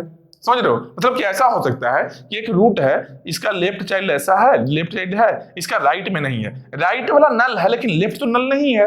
तो जैसे ही एक फॉल्स होगा, यहां पर एक कंडीशन फॉल्स हुआ, इस इफ कंडीशन के बाहर चलाया, एल्स में चलाया। ठीक है, यहां पर क्या देखेंगे? यहां क्या है? Height of left equal to height of binary tree. Same function को अप्लाई किया है रिकर्सिव फॉर्मेट में। यहां पर जो फंक्शन है सेम फंक्शन अप्लाई होगा। कहां पर होगा? रूट का लेफ्ट चाइल्ड में हम अप्लाई कर रहे हैं, रूट के लेफ्ट चाइल्ड में अप्लाई कर रहे हैं। रूट का जो लेफ्ट चाइल्ड है, ये रूट है, रूट का जो लेफ्ट चाइल्ड है, हमें यहां पर क्या अप्लाई कर रहे हैं? सेम फंक्शन को फिर यहां पर हम अप्लाई कर रहे हैं। समझ रहे हो बात को? सेम फंक्शन हम क्या बोले कि रूट भी नल नहीं है और इसमें से कोई ना कोई एक चाइल्ड है, मिनिमम एक चाइल्ड है, तो जो चाइल्ड है उस चाइल्ड पर हम फिर से इस फंक्शन को अप्लाई करेंगे। ठीक है, तो यहां क्या हो गया? हाइट ऑफ लेफ्ट, मतलब कि लेफ्ट साइड का जो हाइट है, लेफ्ट साइड का जो हाइट है एचएल में हम स्टोर करने जा रहे हैं, equal to HBT of root left child. और एक एच राइट है, राइट साइड का जो हाइट आने वाला है एचआर में हम स्टोर करने जा रहे हैं क्या? HBT of root right child. समझ रहे हो? लेफ्ट का है जो एच एल में स्टोर करेंगे, राइट का है जो एच आर में स्टोर करने जा रहे हैं। ठीक है, इसके बाद क्या किए?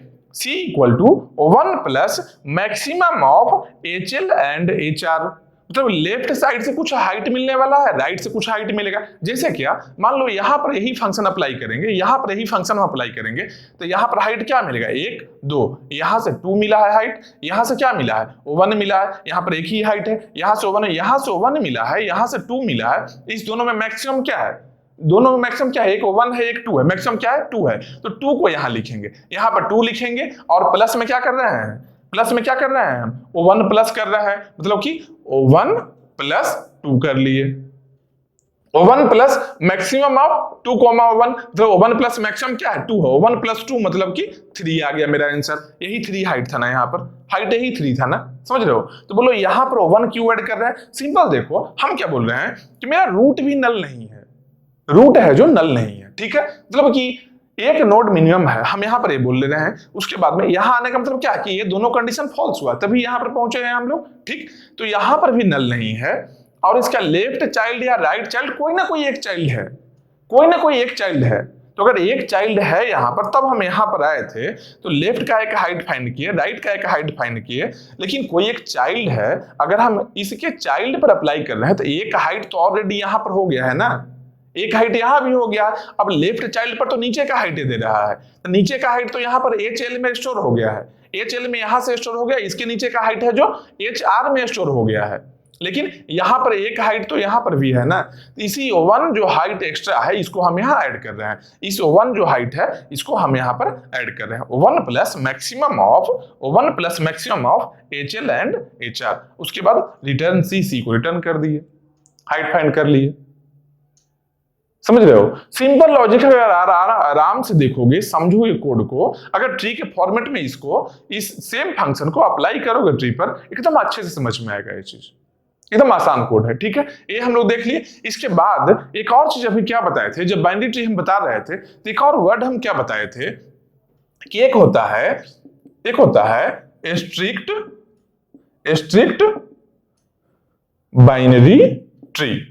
स्ट्रिक्ट बाइनरी ट्री का मतलब क्या बताए थे कि या तो यहां पर 0 चाइल्ड होगा या तो 2 चाइल्ड होगा, या तो 0 चाइल्ड रहे चाइल्ड, या फिर चाइल्ड का नंबर 2 रहे, एक चाइल्ड नहीं होना चाहिए। जैसे यहां पर क्या है, जैसे इस ट्री में क्या है, इस ट्री में या फिर यहां पर जो हम ट्री बनाए हैं इस ट्री में क्या है, अगर इस तरीके से बनाते हैं तो यहां पर देखो एक ऐसा नोड है जिसका एक ही चाइल्ड है, राइट में कोई चाइल्ड नहीं है, ऐसा नोड नहीं होना चाहिए। अगर ऐसा नोड एक भी है जिसका केवल एक चाइल्ड है तो स्ट्रिक्ट बाइनरी ट्री नहीं होगा। अभी हम बताए थे स्टार्टिंग में, ठीक है, बस वही चीज फिर से हम बता रहे हैं कि स्ट्रिक्ट बाइनरी ट्री का मतलब है 0 या फिर 2 चाइल्ड होना चाहिए। ठीक है, इसका कोड के लिए यहां लिखे हैं, क्वेश्चन क्या है कि फाइंड करना है कि गिवन बाइनरी ट्री है जो स्ट्रिक्ट है या नहीं है, स्ट्रिक्ट और नॉट। क्या बाइनरी ट्री जो गिवन है जो स्ट्रिक्ट है या नहीं है। स्ट्रिक्ट होने का मतलब क्या है, या तो 0 चाइल्ड रहे या फिर ये क्या है, नंबर ऑफ चाइल्ड या तो 0 रहे या तो 2 रहे। ठीक है, अब उसको हम कोड के थ्रू चेक कर लेंगे, कोड के थ्रू हम लोग चेक करेंगे। जैसे क्या, if root equal to null, अगर मान लो रूट नल है, रूट नल होने का मतलब क्या है, एक भी नोड नहीं है। जब एक भी नोड नहीं है तो इस कंडीशन को फॉल्स कर रहा है क्या, कंडीशन को फॉल्स नहीं कर रहा है। कंडीशन फॉल्स कब होगा, जब एक चाइल्ड रहे। समझ रहे हो बात को, कंडीशन है फॉल्स कब होगा, जब 1 चाइल्ड रहे। अगर 1 चाइल्ड कहीं भी मिल जाएगा तो हम क्या बोलेंगे कि स्ट्रिक्ट बाइनरी ट्री नहीं है।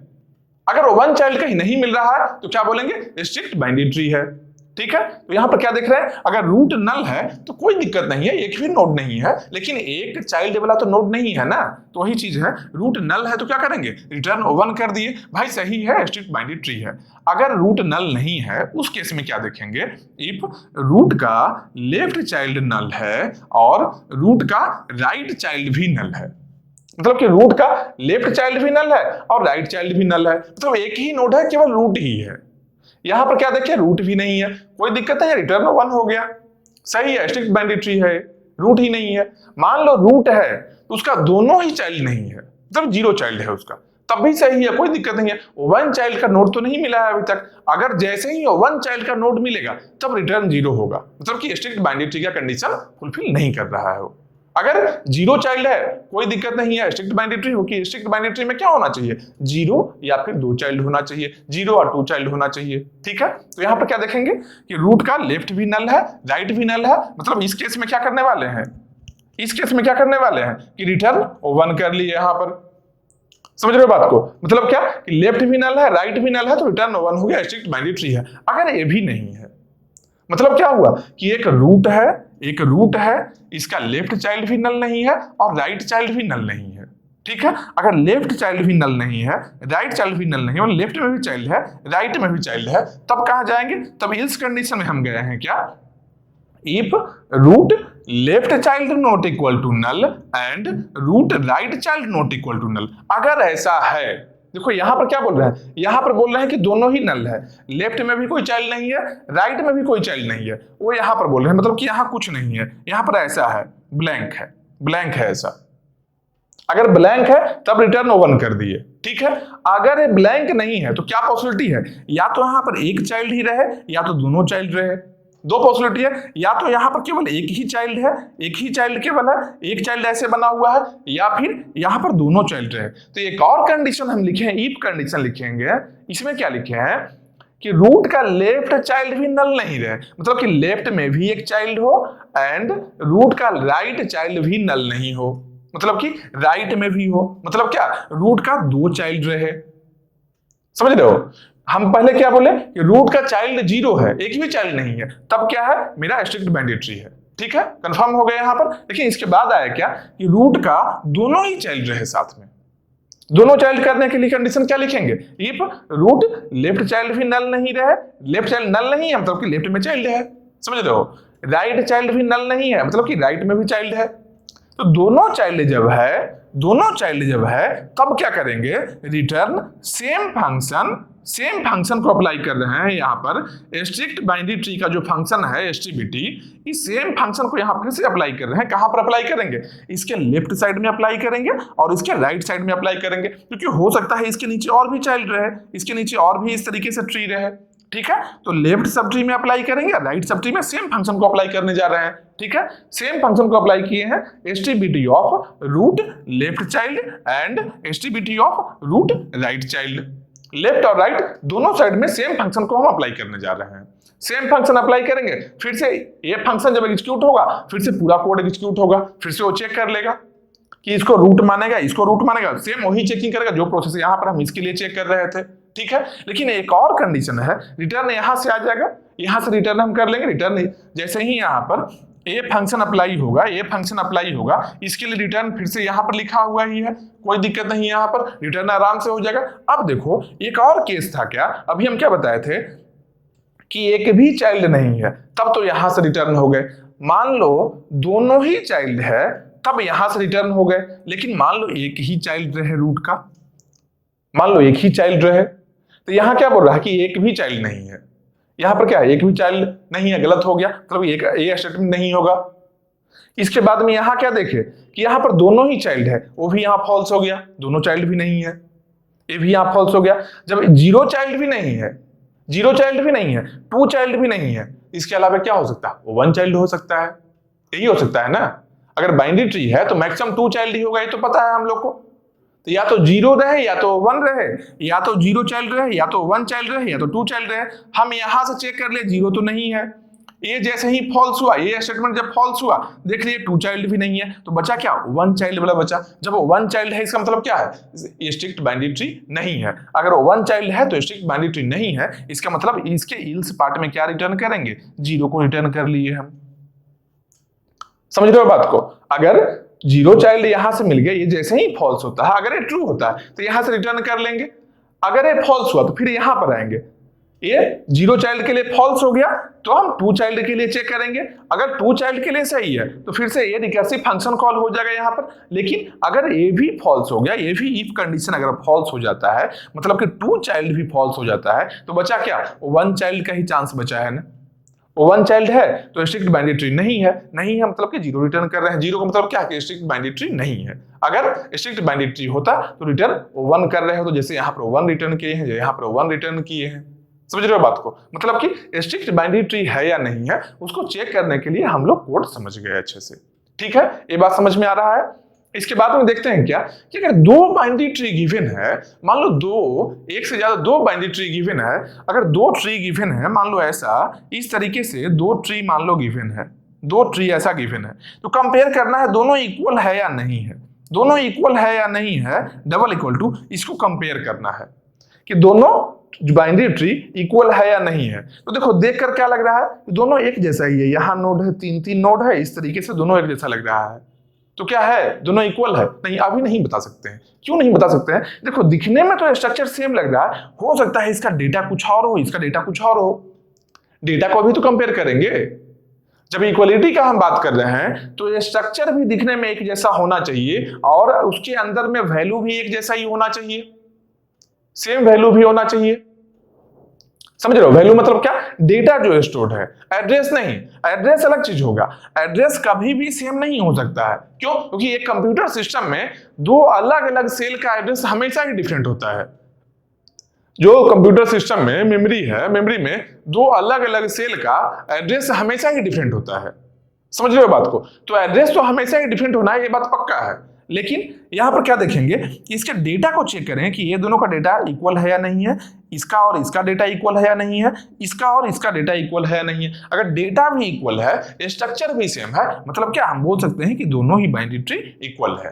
ठीक है, तो अब इसके लिए हम लोग कोड लिखते हैं। तो नेक्स्ट क्वेश्चन में हम लोग क्या देखने जा रहे हैं, इक्वलिटी ऑफ बाइनरी ट्रीज। तो इक्वलिटी का मतलब क्या है, इक्वलिटी ऑफ बाइनरी ट्रीज का सिंपल मीनिंग क्या है कि दो बाइनरी ट्री अगर गिवन है, मान लो दो बाइनरी ट्री अगर इस तरीके से गिवन है अगर, तो हम लोग को क्या चेक करना है कि दोनों बाइनरी ट्री इक्वल है या नहीं है। इक्वलिटी ऑफ बाइनरी ट्रीज, दोनों बाइनरी ट्री इक्वल है या नहीं है। तो इसमें दो चीज चेक करना है हम लोग को। पहला तो स्ट्रक्चर को चेक करना है कि ये स्ट्रक्चर सेम है या नहीं है, और स्ट्रक्चर अगर सही है, जैसे कि यहाँ पर क्या दिख रहा है, मान लो यहाँ पर एक नोड दिखता है, एक नोड यहाँ पर रहता, तो क्या बोलते हैं, डायरेक्टली देख कर ही बोल सकते हैं कि यहाँ 4 नोड है, यहाँ 3 नोड है, दोनों का स्ट्रक्चर डिफरेंट है, दोनों का स्ट्रक्चर डिफरेंट है। या फिर मान लो दोनों में ही 4 नोड है, इस तरीके से अगर नोड है, 4 नोड दोनों में ही है, फिर भी ये स्ट्रक्चर डिफरेंट है, तो स्ट्रक्चर अगर डिफरेंट है तब भी इक्वल नहीं हुआ। समझ रहे हो बात को, नंबर ऑफ नोड्स इक्वल होते हुए भी स्ट्रक्चर डिफरेंट, जैसे मान लो यहां से रहे या फिर यहां ना रह के यहां से अगर नोड रहता तब भी डिफरेंट है। नंबर ऑफ नोड सेम है लेकिन स्ट्रक्चर डिफरेंट है, अगर स्ट्रक्चर डिफरेंट है तो क्या बोलेंगे, इक्वल नहीं है। सीधा दिख रहा है हम लोग को। लेकिन मान लो ऐसा भी हो सकता है पॉसिबिलिटी, ऐसा ही पॉसिबिलिटी हो सकता है कि दोनों में नंबर ऑफ नोड्स सेम रहे, उसका स्ट्रक्चर भी सेम रहे, फिर भी इक्वल ना हो। मतलब क्या, इंटरनल डेटा सेम नहीं हो।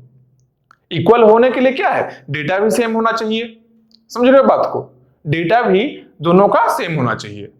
ठीक है, तो अब इस डेटा को, जैसे मान लो सिंपल सोचो यार, मान लो 2 पर्स है, 2 पर्स रखा हुआ है, सेम ब्रांड का पर्स है दोनों ही, उसमें एक में 100 रुपया है, एक में 1000 रुपया है, दोनों को बराबर कैसे बोल दोगे, दोनों को इक्वल कैसे बोल सकते हो। बस वही चीज यहां भी है। पहले ऊपर से देखेंगे कि दोनों सेम है या नहीं है स्ट्रक्चर। अगर स्ट्रक्चर सेम नहीं है तो डायरेक्टली दिख जाएगा कि दोनों सेम नहीं है।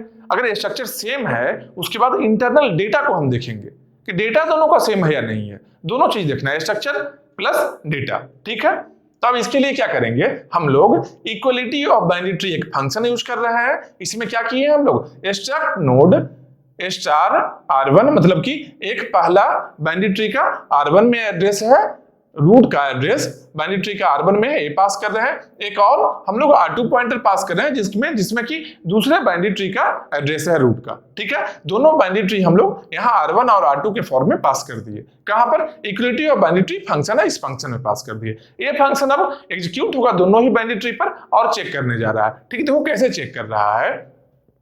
पहला कंडीशन क्या है, पहला इफ कंडीशन में क्या लिखा है, R1 equal to null and R2 equal to null, मतलब कि दोनों ही नल है, दोनों ही ट्री में एक भी नोड नहीं है। मान लो दोनों ट्री में एक भी नोड नहीं है तो इक्वल है, दोनों ट्री में एक नोड भी नहीं है, दोनों ही नल है, मतलब कि इक्वल है। बस वही चीज है, दोनों नल है तो क्या है, रिटर्न क्या करेंगे, इक्वल है। 1 मतलब कि इक्वल है, 0 मतलब कि नॉट इक्वल।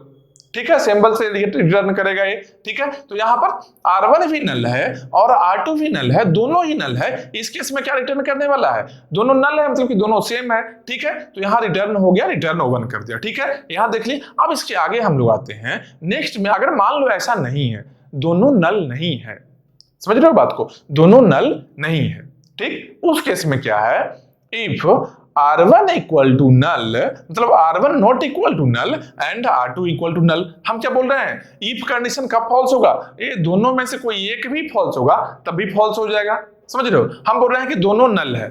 ठीक है, अब दोनों नल नहीं है, इसका कहने का मतलब क्या है, हो सकता है एक नल है, पहला नल है, दूसरा नल नहीं है, या फिर पहला नल नहीं है, दूसरा नल है, ये भी पॉसिबिलिटी है। इस पॉसिबिलिटी को भी हम कवर करने वाले हैं। कैसे करेंगे भाई, एक और इफ कंडीशन हम लिखे हैं। हम क्या बोल रहे हैं, R1 not equal to null and R2 equal to null, मतलब R1 नल नहीं है और R2 नल है। या फिर यहां एक और ऑपरेटर यूज किए हैं, यहां देखो एक और ऑपरेटर यूज किए हैं।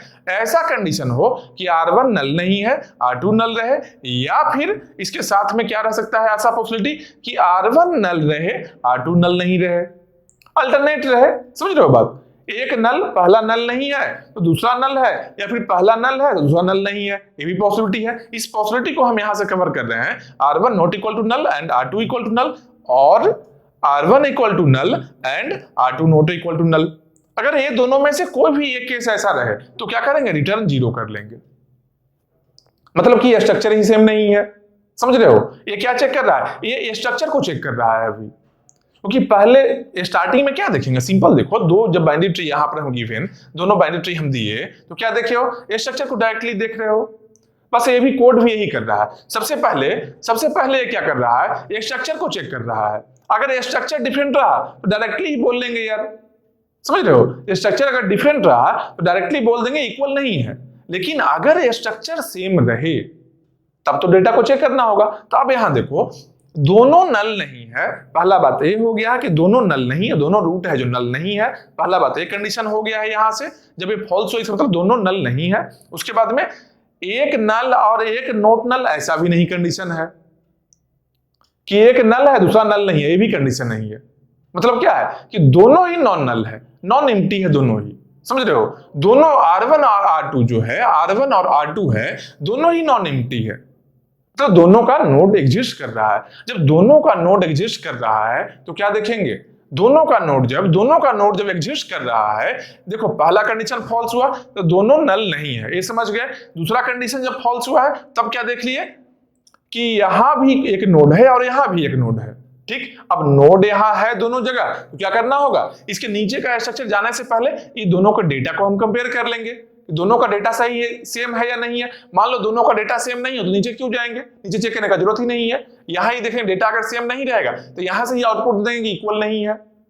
अगर डेटा सेम रहेगा तब नीचे के स्ट्रक्चर में जाएंगे, हम पहले स्ट्रक्चर चेक करेंगे उसके बाद में डेटा चेक करेंगे। लेकिन नोड वाइज हम चेक करेंगे स्ट्रक्चर को भी, कि स्ट्रक्चर यहां चेक कर रहे हैं, इसका डेटा चेक किए, फिर नीचे का स्ट्रक्चर में गए, हम नीचे का स्ट्रक्चर चेक किए, उसका डेटा चेक किए, इस तरीके से करें। ऐसा नहीं कर रहे हैं कि पहले कंप्लीट स्ट्रक्चर चेक कर लिए, इसका कंप्लीट स्ट्रक्चर दोनों का कंपेयर कर लिए, उसके बाद स्ट्रक्चर सेम रहे तब डेटा पर जा रहे हैं, ऐसा नहीं कर रहे हैं।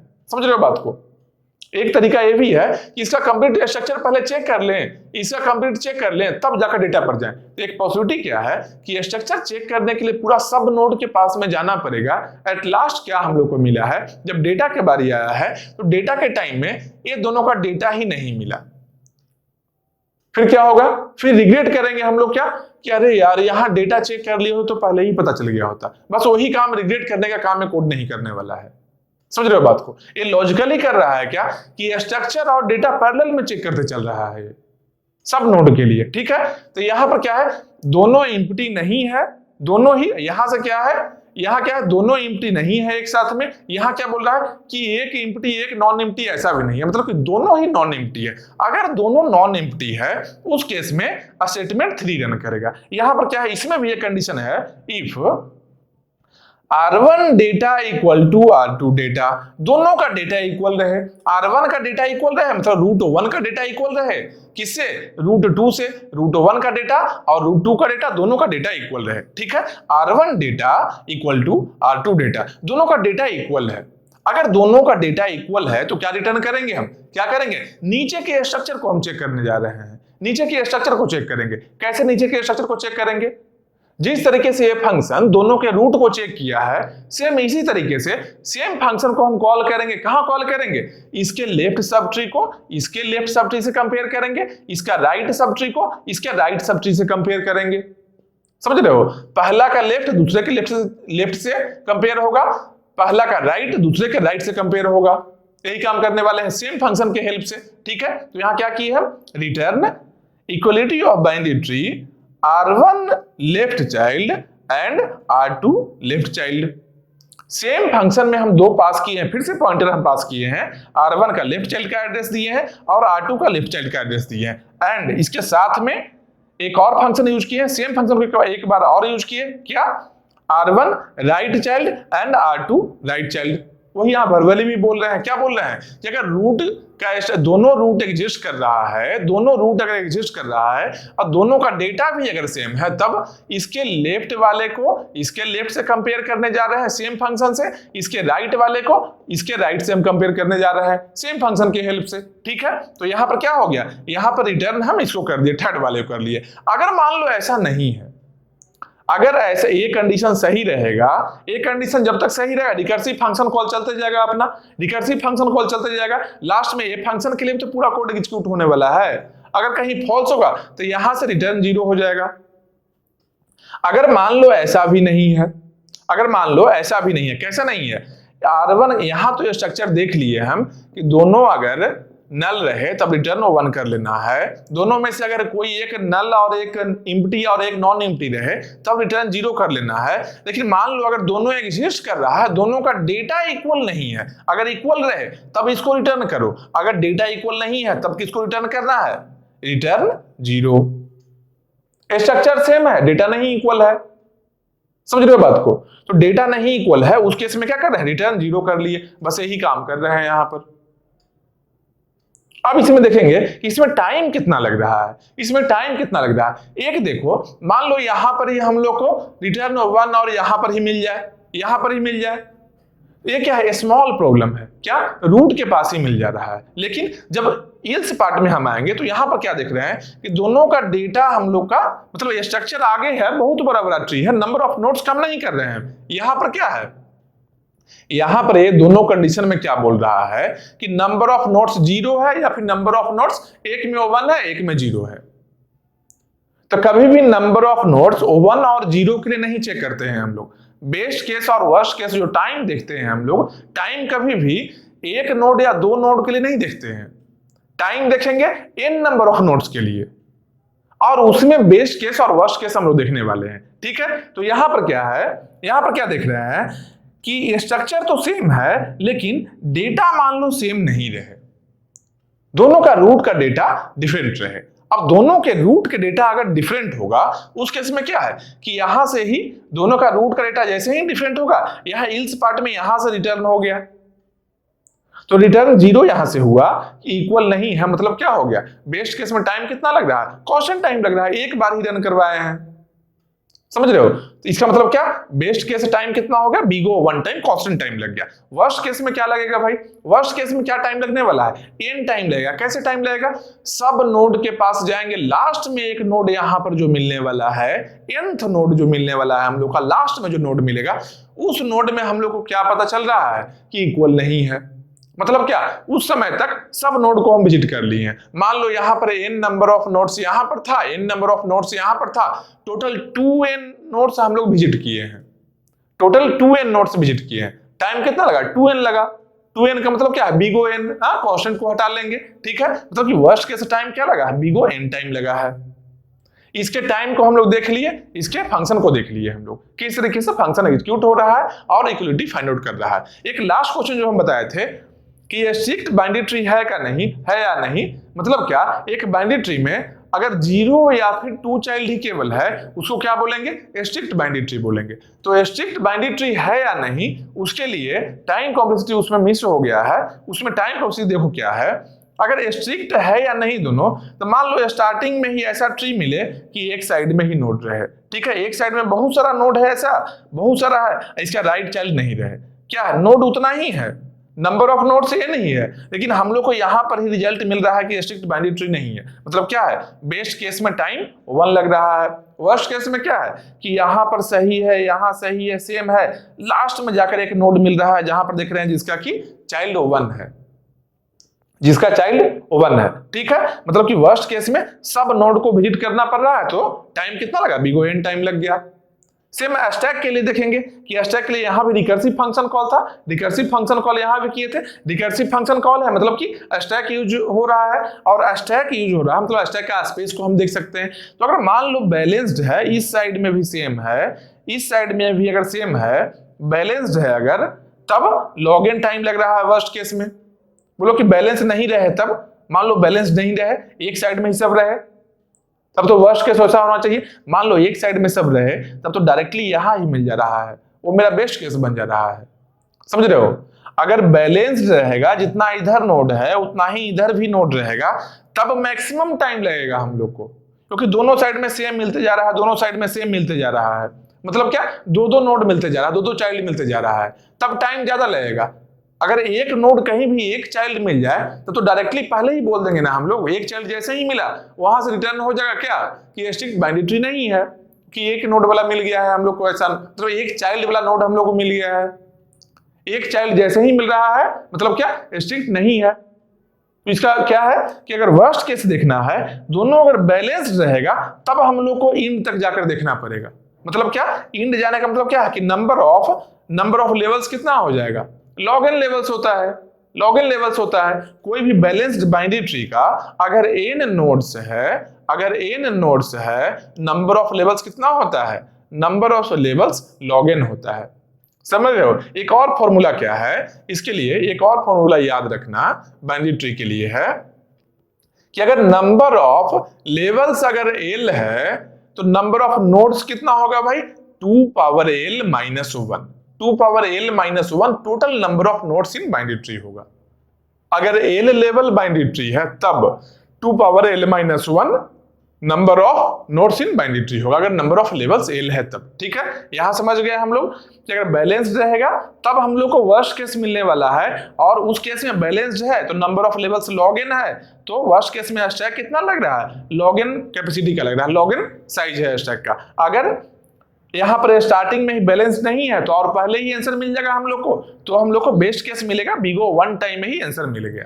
ठीक है, अगर वन साइडेड है ट्री तो स्टार्टिंग में ही मिल जाएगा बेस्ट केस हम लोग को बिग O वन टाइम में। ठीक है, इसका टाइम कॉम्प्लेक्सिटी और स्पेस कॉम्प्लेक्सिटी दोनों ही हम लोग देख लिए। ये लास्ट क्वेश्चन था किसके लिए, स्ट्रिक्ट बाइनरी ट्री के लिए। ठीक है, इसके लिए हम लोग देख ही लिए। इसमें भी क्या है, इसमें स्पेस अगर देखना है, इसका अगर देखना चाहते हो कि स्पेस कितना लग रहा होगा तो कितना स्पेस लगने वाला है। मान लो स्टार्टिंग में एक फंक्शन को किए हैं, स्टार्टिंग में एक फंक्शन को किए, डेटा को कंपेयर किए हैं, डेटा कंपेयर किए, डेटा इक्वल नहीं है तो क्या करेंगे, मतलब कि स्टैक में कितना फंक्शन गया है, 1 या 2 कांस्टेंट नंबर ऑफ फंक्शंस गया है। मतलब कि स्टैक का अगर साइज का हम बात करते हैं, बेस्ट केस में बिग O वन टाइम हो गया, बिग O वन स्पेस लग रहा है स्टैक का।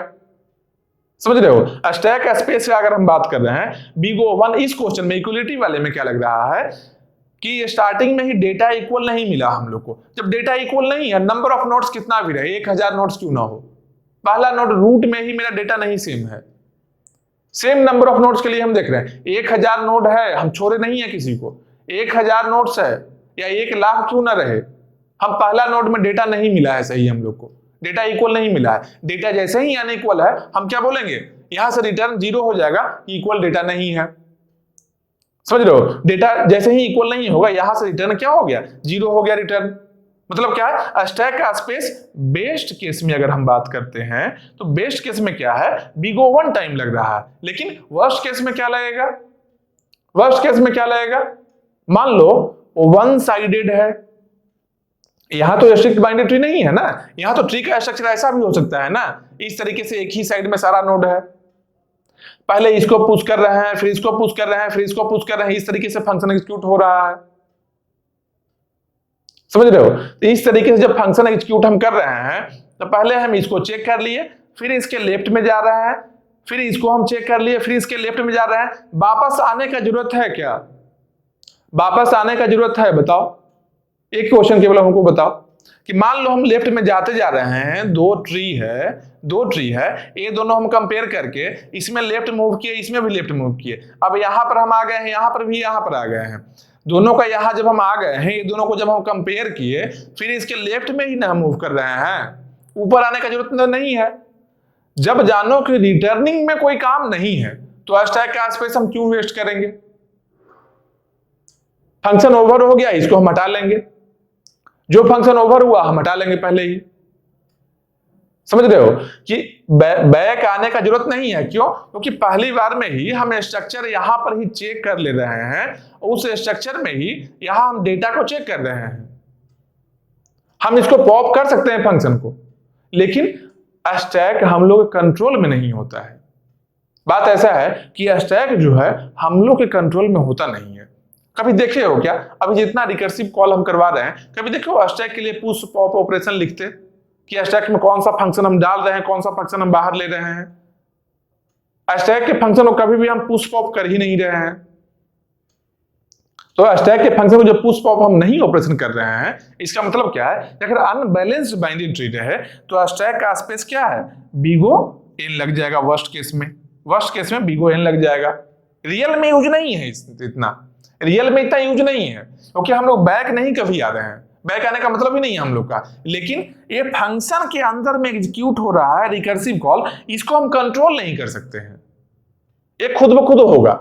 जैसे ही रिकर्सन लिखे हैं, रिकर्सन का मतलब ही है रिकर्सिव फंक्शन खुद से पॉप करना शुरू करेगा वो, समझ रहे हो? मतलब क्या, बेस्ट केस में 1 लग रहा है स्पेस, वर्स्ट केस में n स्पेस लग रहा है। ठीक है, ये क्वेश्चन क्या देख लिया, इक्वलिटी के बारे में हम लोग देख लिए। एक और क्वेश्चन देखते हैं, अभी एक और क्वेश्चन देखते हैं। क्या है कि मान लो एक बाइनरी ट्री गिवन है हम लोग को, मान लो एक बाइनरी ट्री गिवन है, हम लोग को क्या बोल दिया गया कि इसके मिरर इमेज बनाओ, मिरर इमेज बनाना है हम लोग को। तो एक चीज नोटिस करना, कभी अपने आप को जब मिरर में देखोगे तो तुम्हारा जो राइट है तुम्हारे इमेज का लेफ्ट रहेगा, तुम्हारे फेस का जो राइट है, राइट हैंड है जो, अगर मिरर में देखोगे तो मिरर में दिखेगा क्या कि तुम्हारा राइट है जो उसका लेफ्ट हो गया है। समझ रहे हो? अगर उस आदमी के बारे में पूछा जाए जो मिरर में दिख रहा है, तो तुम अपना राइट ऐसे हाथ हैंड से कर रहे हो, सामने जो है उसका लेफ्ट दिख रहा है। समझ रहे हो? मतलब क्या, मिरर इमेज में जस्ट अपोजिट हो रहा है, साइड बाई इस तरीके से अपोजिट होगा वो। ठीक है, मतलब क्या, अगर यहां पर एक हम मिरर यूज कर लेते हैं, यहां पर ऐसा हम एक मिरर यूज करते हैं, मिरर यूज करते हैं, तो यहाँ रूट है, ये रूट है, ये यहां पर है तो ये यहां भी दिख रहा है, कोई दिक्कत नहीं है। एक डॉट है, डॉट तो डॉट जैसा ही दिखेगा, समझ रहे हो? एक नोड है, नोड ऐसा ही दिख रहा है, ये नोड है, ये है। लेकिन इसका जो लेफ्ट चाइल्ड है बी, इसका लेफ्ट है, इसका राइट दिखेगा। इसका जो राइट चाइल्ड है सी, इसका लेफ्ट चाइल्ड दिखेगा। राइट है जो लेफ्ट बनने वाला है। समझ रहे हो बात को? सिंपल सोचो, हम ऐसे खड़े हैं, ठीक, यहां पर ऐसे मिरर रख दिए, मेरा राइट है ना, मेरा राइट है, हम इस साइड में ऐसे हाथ हिला रहे हैं, तो इस इमेज का भी इस साइड का हाथ ऐसे हिल रहा है, हम ऐसे हिला रहे हैं, ये भी हाथ ऐसे हिला रहा है। अब देखो, अब हम यहां से इस साइड आते हैं तो यहाँ मिरर है, यहाँ हाथ हिल रहा है ना। अब देखो इस साइड हम आए, यहाँ कौन सा हाथ हिल रहा था, ये हाथ हिल रहा था, देखो मेरा लेफ्ट हैंड हिल रहा है। यहां से राइट हम हिला रहे थे हाथ को, यहां से लेफ्ट हिल रहा है इमेज में, तब मेरा जो राइट था इस इमेज का लेफ्ट बन चुका है। अब बस वही काम यहां हम कर रहे हैं। समझ रहे हो कि इसका जो राइट चाइल्ड है जो यहां पर लेफ्ट चाइल्ड बन गया है, इसका लेफ्ट जो चाइल्ड है जो राइट चाइल्ड बन गया है। तो बोलो बस यहां बन गया, हो गया काम खत्म? नहीं, इसका भी यहां जो नोड है इसका भी लेफ्ट है जो इस इमेज में इसका राइट बनने वाला है। मतलब बी का लेफ्ट क्या है, डी है, तो बी का राइट में डी चला गया। देखो केवल एक के लिए थोड़ा ही होगा, सबके लिए होगा। जैसे हाथ हिलाए थे, हम हाथ हिलाए थे तो हाथ राइट में चला गया, तो मेरा कान थोड़ा ही सेम रहेगा, मेरा कान है, कान भी लेफ्ट बन गया ना, राइट का जो ईयर है वहां पर लेफ्ट ईयर बन रहा है इमेज का। समझ रहे हो? सारा ऑर्गन सेम वैसे ही बन रहा है। सेम वही चीज यहां पर है कि इसका जो राइट है, इसका राइट है जो वहां जब लेफ्ट बन रहा है, इसका राइट में सी है तो इसका लेफ्ट में सी चला आया, तो सी का जो राइट है जी, वो भी सी का यहां लेफ्ट बन जाएगा। सी का राइट जी है तो सी का लेफ्ट जी बन गया। सी का लेफ्ट में एफ है तो सी का राइट में एफ बन गया। मतलब लेफ्ट है जो राइट बन रहा है, सब नोड के लिए हो रहा है। राइट चाइल्ड है जो लेफ्ट चाइल्ड बन रहा है, लेफ्ट चाइल्ड है जो राइट चाइल्ड बन रहा है, सब नोड के लिए हो रहा है ये चीज। समझ रहे हो बात को? केवल इसके लिए नहीं है, केवल एक के लिए नहीं हो रहा, सब नोड के लिए हो रहा है। बस यही फाइंड आउट करना है हम लोग को कि ये ट्री से ऐसा ट्री में कन्वर्सन करना है हम लोग को। अब कन्वर्सन के लिए कोड लिखना है। ठीक है, अब आते हैं कोड पर। क्या है, एक फंक्शन मान लो यूज कर रहे हैं, मिरर या फिर मिरर इमेज नाम का फंक्शन यूज कर लो, या मिरर नाम का फंक्शन यूज कर रहे हैं। ठीक है, mirror extract node star R, मतलब कि इस ट्री का आर जो है, इस ट्री का जो रूट का जो एड्रेस है हम पास कर दिए, तो ट्री को हम दे दिए इस फंक्शन के अंदर में। अब ये फंक्शन कैसे एग्जीक्यूट कर रहा है? ठीक है, यहाँ क्या है, if root equal to null. अगर रूट नल है, रूट में एक भी नोड है ही नहीं, रूट ही नल है, तो ट्री है जो इम्प्टी ट्री है, तो क्या होगा, रिटर्न आर। इम्प्टी है, इम्प्टी का क्या इमेज बनना है? जब कुछ मिरर के सामने रखोगे तब तो उसका इमेज बनेगा। मिरर के सामने में कुछ है ही नहीं, उसका कुछ भी इमेज नहीं बनेगा। अब ऐसा नहीं सोचना है अच्छा मिरर ऐसे रख देंगे तो सामने में कुछ नहीं कैसे हो, कुछ ना कुछ तो दिखेगा, जमीन आकाश कुछ भी, ऐसा नहीं है।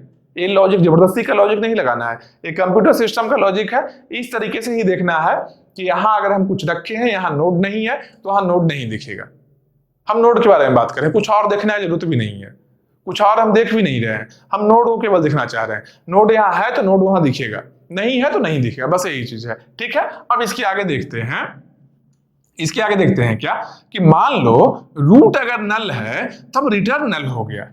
रिटर्न है जो मतलब रूट हो, ऐसे ही आर जो रिटर्न हो गया। अगर आर नल है तो सेम नल ही रिटर्न हो गया, यहां कुछ नहीं है तो वहां भी कुछ नहीं दिख रहा है, कोई दिक्कत नहीं है। उसके बाद देखते हैं क्या अगर ऐसा नहीं है, मान लो ये नल नहीं है, यहाँ ए है, यहाँ ए है, नल तो नहीं है। ठीक है, इस केस के लिए क्या है, अगर ये नहीं है इसके आगे हम बढ़ेंगे। आगे में क्या है कंडीशन, देखो क्या है, R right child equal to null and R left child equal to null. मान लो इस रूट का राइट भी नल रहे, लेफ्ट भी नल रहे, मतलब एक ही नोड रहे, रूट ही केवल रहे।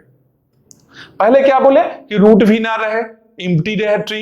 अब क्या बोल रहा है, केवल एक चाइल्ड रहे, मतलब क्या, मतलब एक नोड केवल रहे, केवल रूट एक नोड रहे। पहले क्या बोल रहा है कि एक भी नोड नहीं है, तब कोई दिक्कत नहीं है, वही रिटर्न करेंगे, एक भी नोड नहीं आया इमेज में भाई।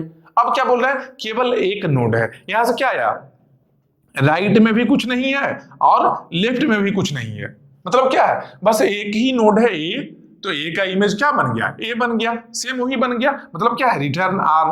बस एक है तो उसी का इमेज वही बन गया, वही रिटर्न हो गया। ठीक है, उसके बाद देखते हैं कि अगर ऐसा भी नहीं है, एक नोड भी नहीं है, मतलब एक से ज्यादा नोड है। अगर एक से ज्यादा नोड है, अब जाकर इमेज बनना शुरू होगा, अब जाकर इमेज चेंज होना शुरू होगा। ठीक है, उसके लिए क्या है, इस पार्ट में क्या लिखे हैं, t equal to R right child, मतलब t में एक वेरिएबल हम टेम्परेरी वेरिएबल t लिए हैं, t नाम का मान लो यहां पर हम वेरिएबल लिख भी लेते हैं। लो एक पॉइंटर है t नाम का एक पॉइंटर वेरिएबल हम ले लिए हैं। ठीक है, एक पॉइंटर वेरिएबल t नाम का हम पहले ही डिक्लेयर कर लिए हैं इस फंक्शन के साथ में। ठीक है, इस पॉइंटर वेरिएबल में हम क्या कर रहे हैं, इस पॉइंटर वेरिएबल t मान लो इस तरह का पॉइंटर वेरिएबल है, इसमें हम कर रहे हैं आर राइट चाइल्ड, मतलब क्या है, आर का जो राइट चाइल्ड है, इसका जो राइट चाइल्ड है सी का एड्रेस है, राइट चाइल्ड मतलब क्या, सी। ठीक, तो इसका जो राइट चाइल्ड सी का एड्रेस है, सी का एड्रेस को हम टी में स्टोर कर लिए, एक वेरिएबल अलग से लिए, टी में हम इसके राइट वाले को स्टोर कर लिए हैं। उसके बाद क्या कर रहे हैं, आर का राइट चाइल्ड में हम क्या कर रहे हैं, आर के right child equal to mirror of R left child, मतलब सेम फंक्शन को हम इसके लेफ्ट वाले में हम इंपोज कर रहे हैं, इसके लेफ्ट सब ट्री में सेम फंक्शन को हम रन करवाते हैं। जब रन करवाएंगे सेम फंक्शन को क्या मिलने वाला है, मिरर इमेज मिलने वाला है। इसका जो मिरर इमेज मिलेगा कहां पर स्टोर करना है, राइट में स्टोर करना है। इसका मिरर इमेज कहां स्टोर करना है, देखो एक है राइट में स्टोर हुआ है, इसका मिरर इमेज क्या कहां स्टोर करना है, इसके राइट में स्टोर करना है। देखो यहाँ बी है, इसका राइट वाला ई है तो इसका लेफ्ट बन गया ई, इसका लेफ्ट में डी है तो इसका राइट बन गया। इसका जो लेफ्ट चाइल्ड है कहां स्टोर कर रहे हैं, इसके राइट चाइल्ड में स्टोर कर रहे हैं। ठीक है, मिरर बना है कैसे, इस फंक्शन को यूज करके मिरर इमेज बन गया है। तो इसके राइट में क्या स्टोर कर रहे हैं, इसके लेफ्ट चाइल्ड का मिरर इमेज स्टोर कर रहे हैं। उसके बाद में इसके लेफ्ट चाइल्ड में क्या कर रहा है, मतलब इसके लेफ्ट चाइल्ड में हम क्या करने वाले हैं, मिरर इमेज ऑफ टी में क्या स्टोर किए थे, टी में क्या स्टोर किए थे, राइट चाइल्ड को हम टी में स्टोर कर दिए थे ना, राइट चाइल्ड को हम टी में स्टोर कर दिए थे ना। इस टी का मिरर इमेज करके, इस टी का मिरर इमेज करके, ये टी है, टी का मिरर इमेज करके कहाँ स्टोर कर रहे हैं, रूट का लेफ्ट चाइल्ड। तो इस टी का मिरर इमेज करके रूट का लेफ्ट चाइल्ड में हम स्टोर कर रहे हैं। इसको हम टी को कहाँ, यहाँ स्टोर कर रहे हैं मिरर इमेज बनाने के बाद में। फंक्शन सेम है, मिरर फंक्शन है, सेम फंक्शन जो यहाँ यूज किए हैं वही फंक्शन यहाँ भी यूज किए हैं। समझ रहे हो बात को, सेम फंक्शन को हम यूज किए हैं। उसके बाद में इसका मिरर इमेज को कहां स्टोर कर रहे हैं, इसके लेफ्ट चाइल्ड में हम स्टोर कर रहे हैं। देखो यहां पर सी ऐसे आ गया, सी का राइट में जी है तो सी का लेफ्ट यहां पर जी हो गया, सी का लेफ्ट में एफ है तो सी का राइट में एफ हो गया। ठीक है, यहां स्टोर कर लिए। उसके बाद में रिटर्न आर, जो आर का वैल्यू है रिटर्न कर देंगे। मतलब क्या है, रूट का जो एड्रेस है, आर पॉइंटर जो है, आर पॉइंटर को हम रिटर्न कर लिए, मेरा मिरर इमेज मिल गया। बस यही है मिरर इमेज का कोड है और कुछ नहीं है। अब बोलो इसमें टाइम कितना लगेगा, मिरर इमेज में टाइम कितना लगेगा, तो सिंपल जानो, मिरर इमेज के लिए सब नोड के पास जाना पड़ेगा, ये बात कंफर्म है। जैसे रिकर्सिव फंक्शन कॉल है, यहां है, इसके बाद में कॉल हुआ है, रिकर्सिव फंक्शन कॉल है, यही फंक्शन फिर से हम कॉल किए हैं, सब नोड के पास तो जाना ही होगा। उस नोड का देखना पड़ेगा कि लेफ्ट चाइल्ड है या नहीं, राइट चाइल्ड है या नहीं। अगर है चाइल्ड उसके मिरर इमेज को चेंज करके हमें स्टोर करना चाह रहे हैं। मतलब क्या बोल रहे हैं कि जब सब चाइल्ड के पास में हम जाएंगे तो बेस्ट केस में कहां जाना पड़ेगा? बेस्ट केस में क्या कर सकते हैं? बेस्ट केस हो या वर्स्ट केस हो, बेस्ट केस में भी सब नोड के पास में जाना पड़ेगा और वर्स्ट केस में भी सब नोड के पास जाना पड़ेगा। मतलब क्या बोल सकते हैं हम लोग कि यहां पर best case equal to worst case equal to time कितना लगेगा? बिगो एन टाइम लगने वाला है। चाहे बेस्ट केस रहे या वर्स्ट केस रहे, टाइम बिगो एन ही लगने वाला है, ये बात कंफर्म है। क्योंकि सब नोड के पास जाओगे ना, सब नोड के पास तो जाना ही पड़ेगा, तो टाइम बिगो एन लगेगा, चाहे बेस्ट केस रहे या वर्स्ट केस रहे। समझ रहे हो? अब बोलो यहां पर क्या कि स्टैक स्पेस कितना लगेगा? स्टैक स्पेस कितना लगने वाला है? तो मान लो अनबैलेंस्ड है, एक साइड में ही अगर इस तरीके से रह रहा है तो बार बार पुश करेंगे, इस फंक्शन को पुश पॉप करते जाएंगे। अगर वन साइडेड अगर ट्री है तो वर्स्ट केस में स्टैक स्पेस कितना लग जाएगा? वर्स्ट केस में बिगो एन लगेगा, तो सब फंक्शन बार बार पुश करते जा रहा है इस तरीके से, वन साइडेड है तो स्टैक स्पेस बिगो एन लग रहा है। लेकिन मान लो बैलेंस्ड बाइनरी ट्री अगर है तो क्या है? स्टैक स्पेस सेव होगा, कम लगेगा थोड़ा। ठीक है, यहां पर इस फंक्शन को जैसे ही ये फंक्शन एग्जिट करेगा, पॉप करेगा, फिर से इसके जगह पर ही ये फंक्शन यहां पर अंदर जाएगा। फिर जब ये पॉप किया, फिर ये फंक्शन पुश हुआ है, इसके जगह में ये फंक्शन रन किया। जितना नंबर ऑफ लेवल्स है उतना ही चाहिए stack space. Number of levels balanced binary tree में कितना होता है? तो बैलेंस्ड बाइनरी ट्री में नंबर ऑफ लेवल्स कितना होता है? लॉग एन लेवल होता है। मतलब क्या? स्टैक स्पेस कितना लगने वाला है? स्टैक स्पेस लगने वाला है लॉग एन। मतलब क्या है? बेस्ट केस में लॉग एन स्टैक स्पेस लगेगा और वर्स्ट केस में क्या लगेगा?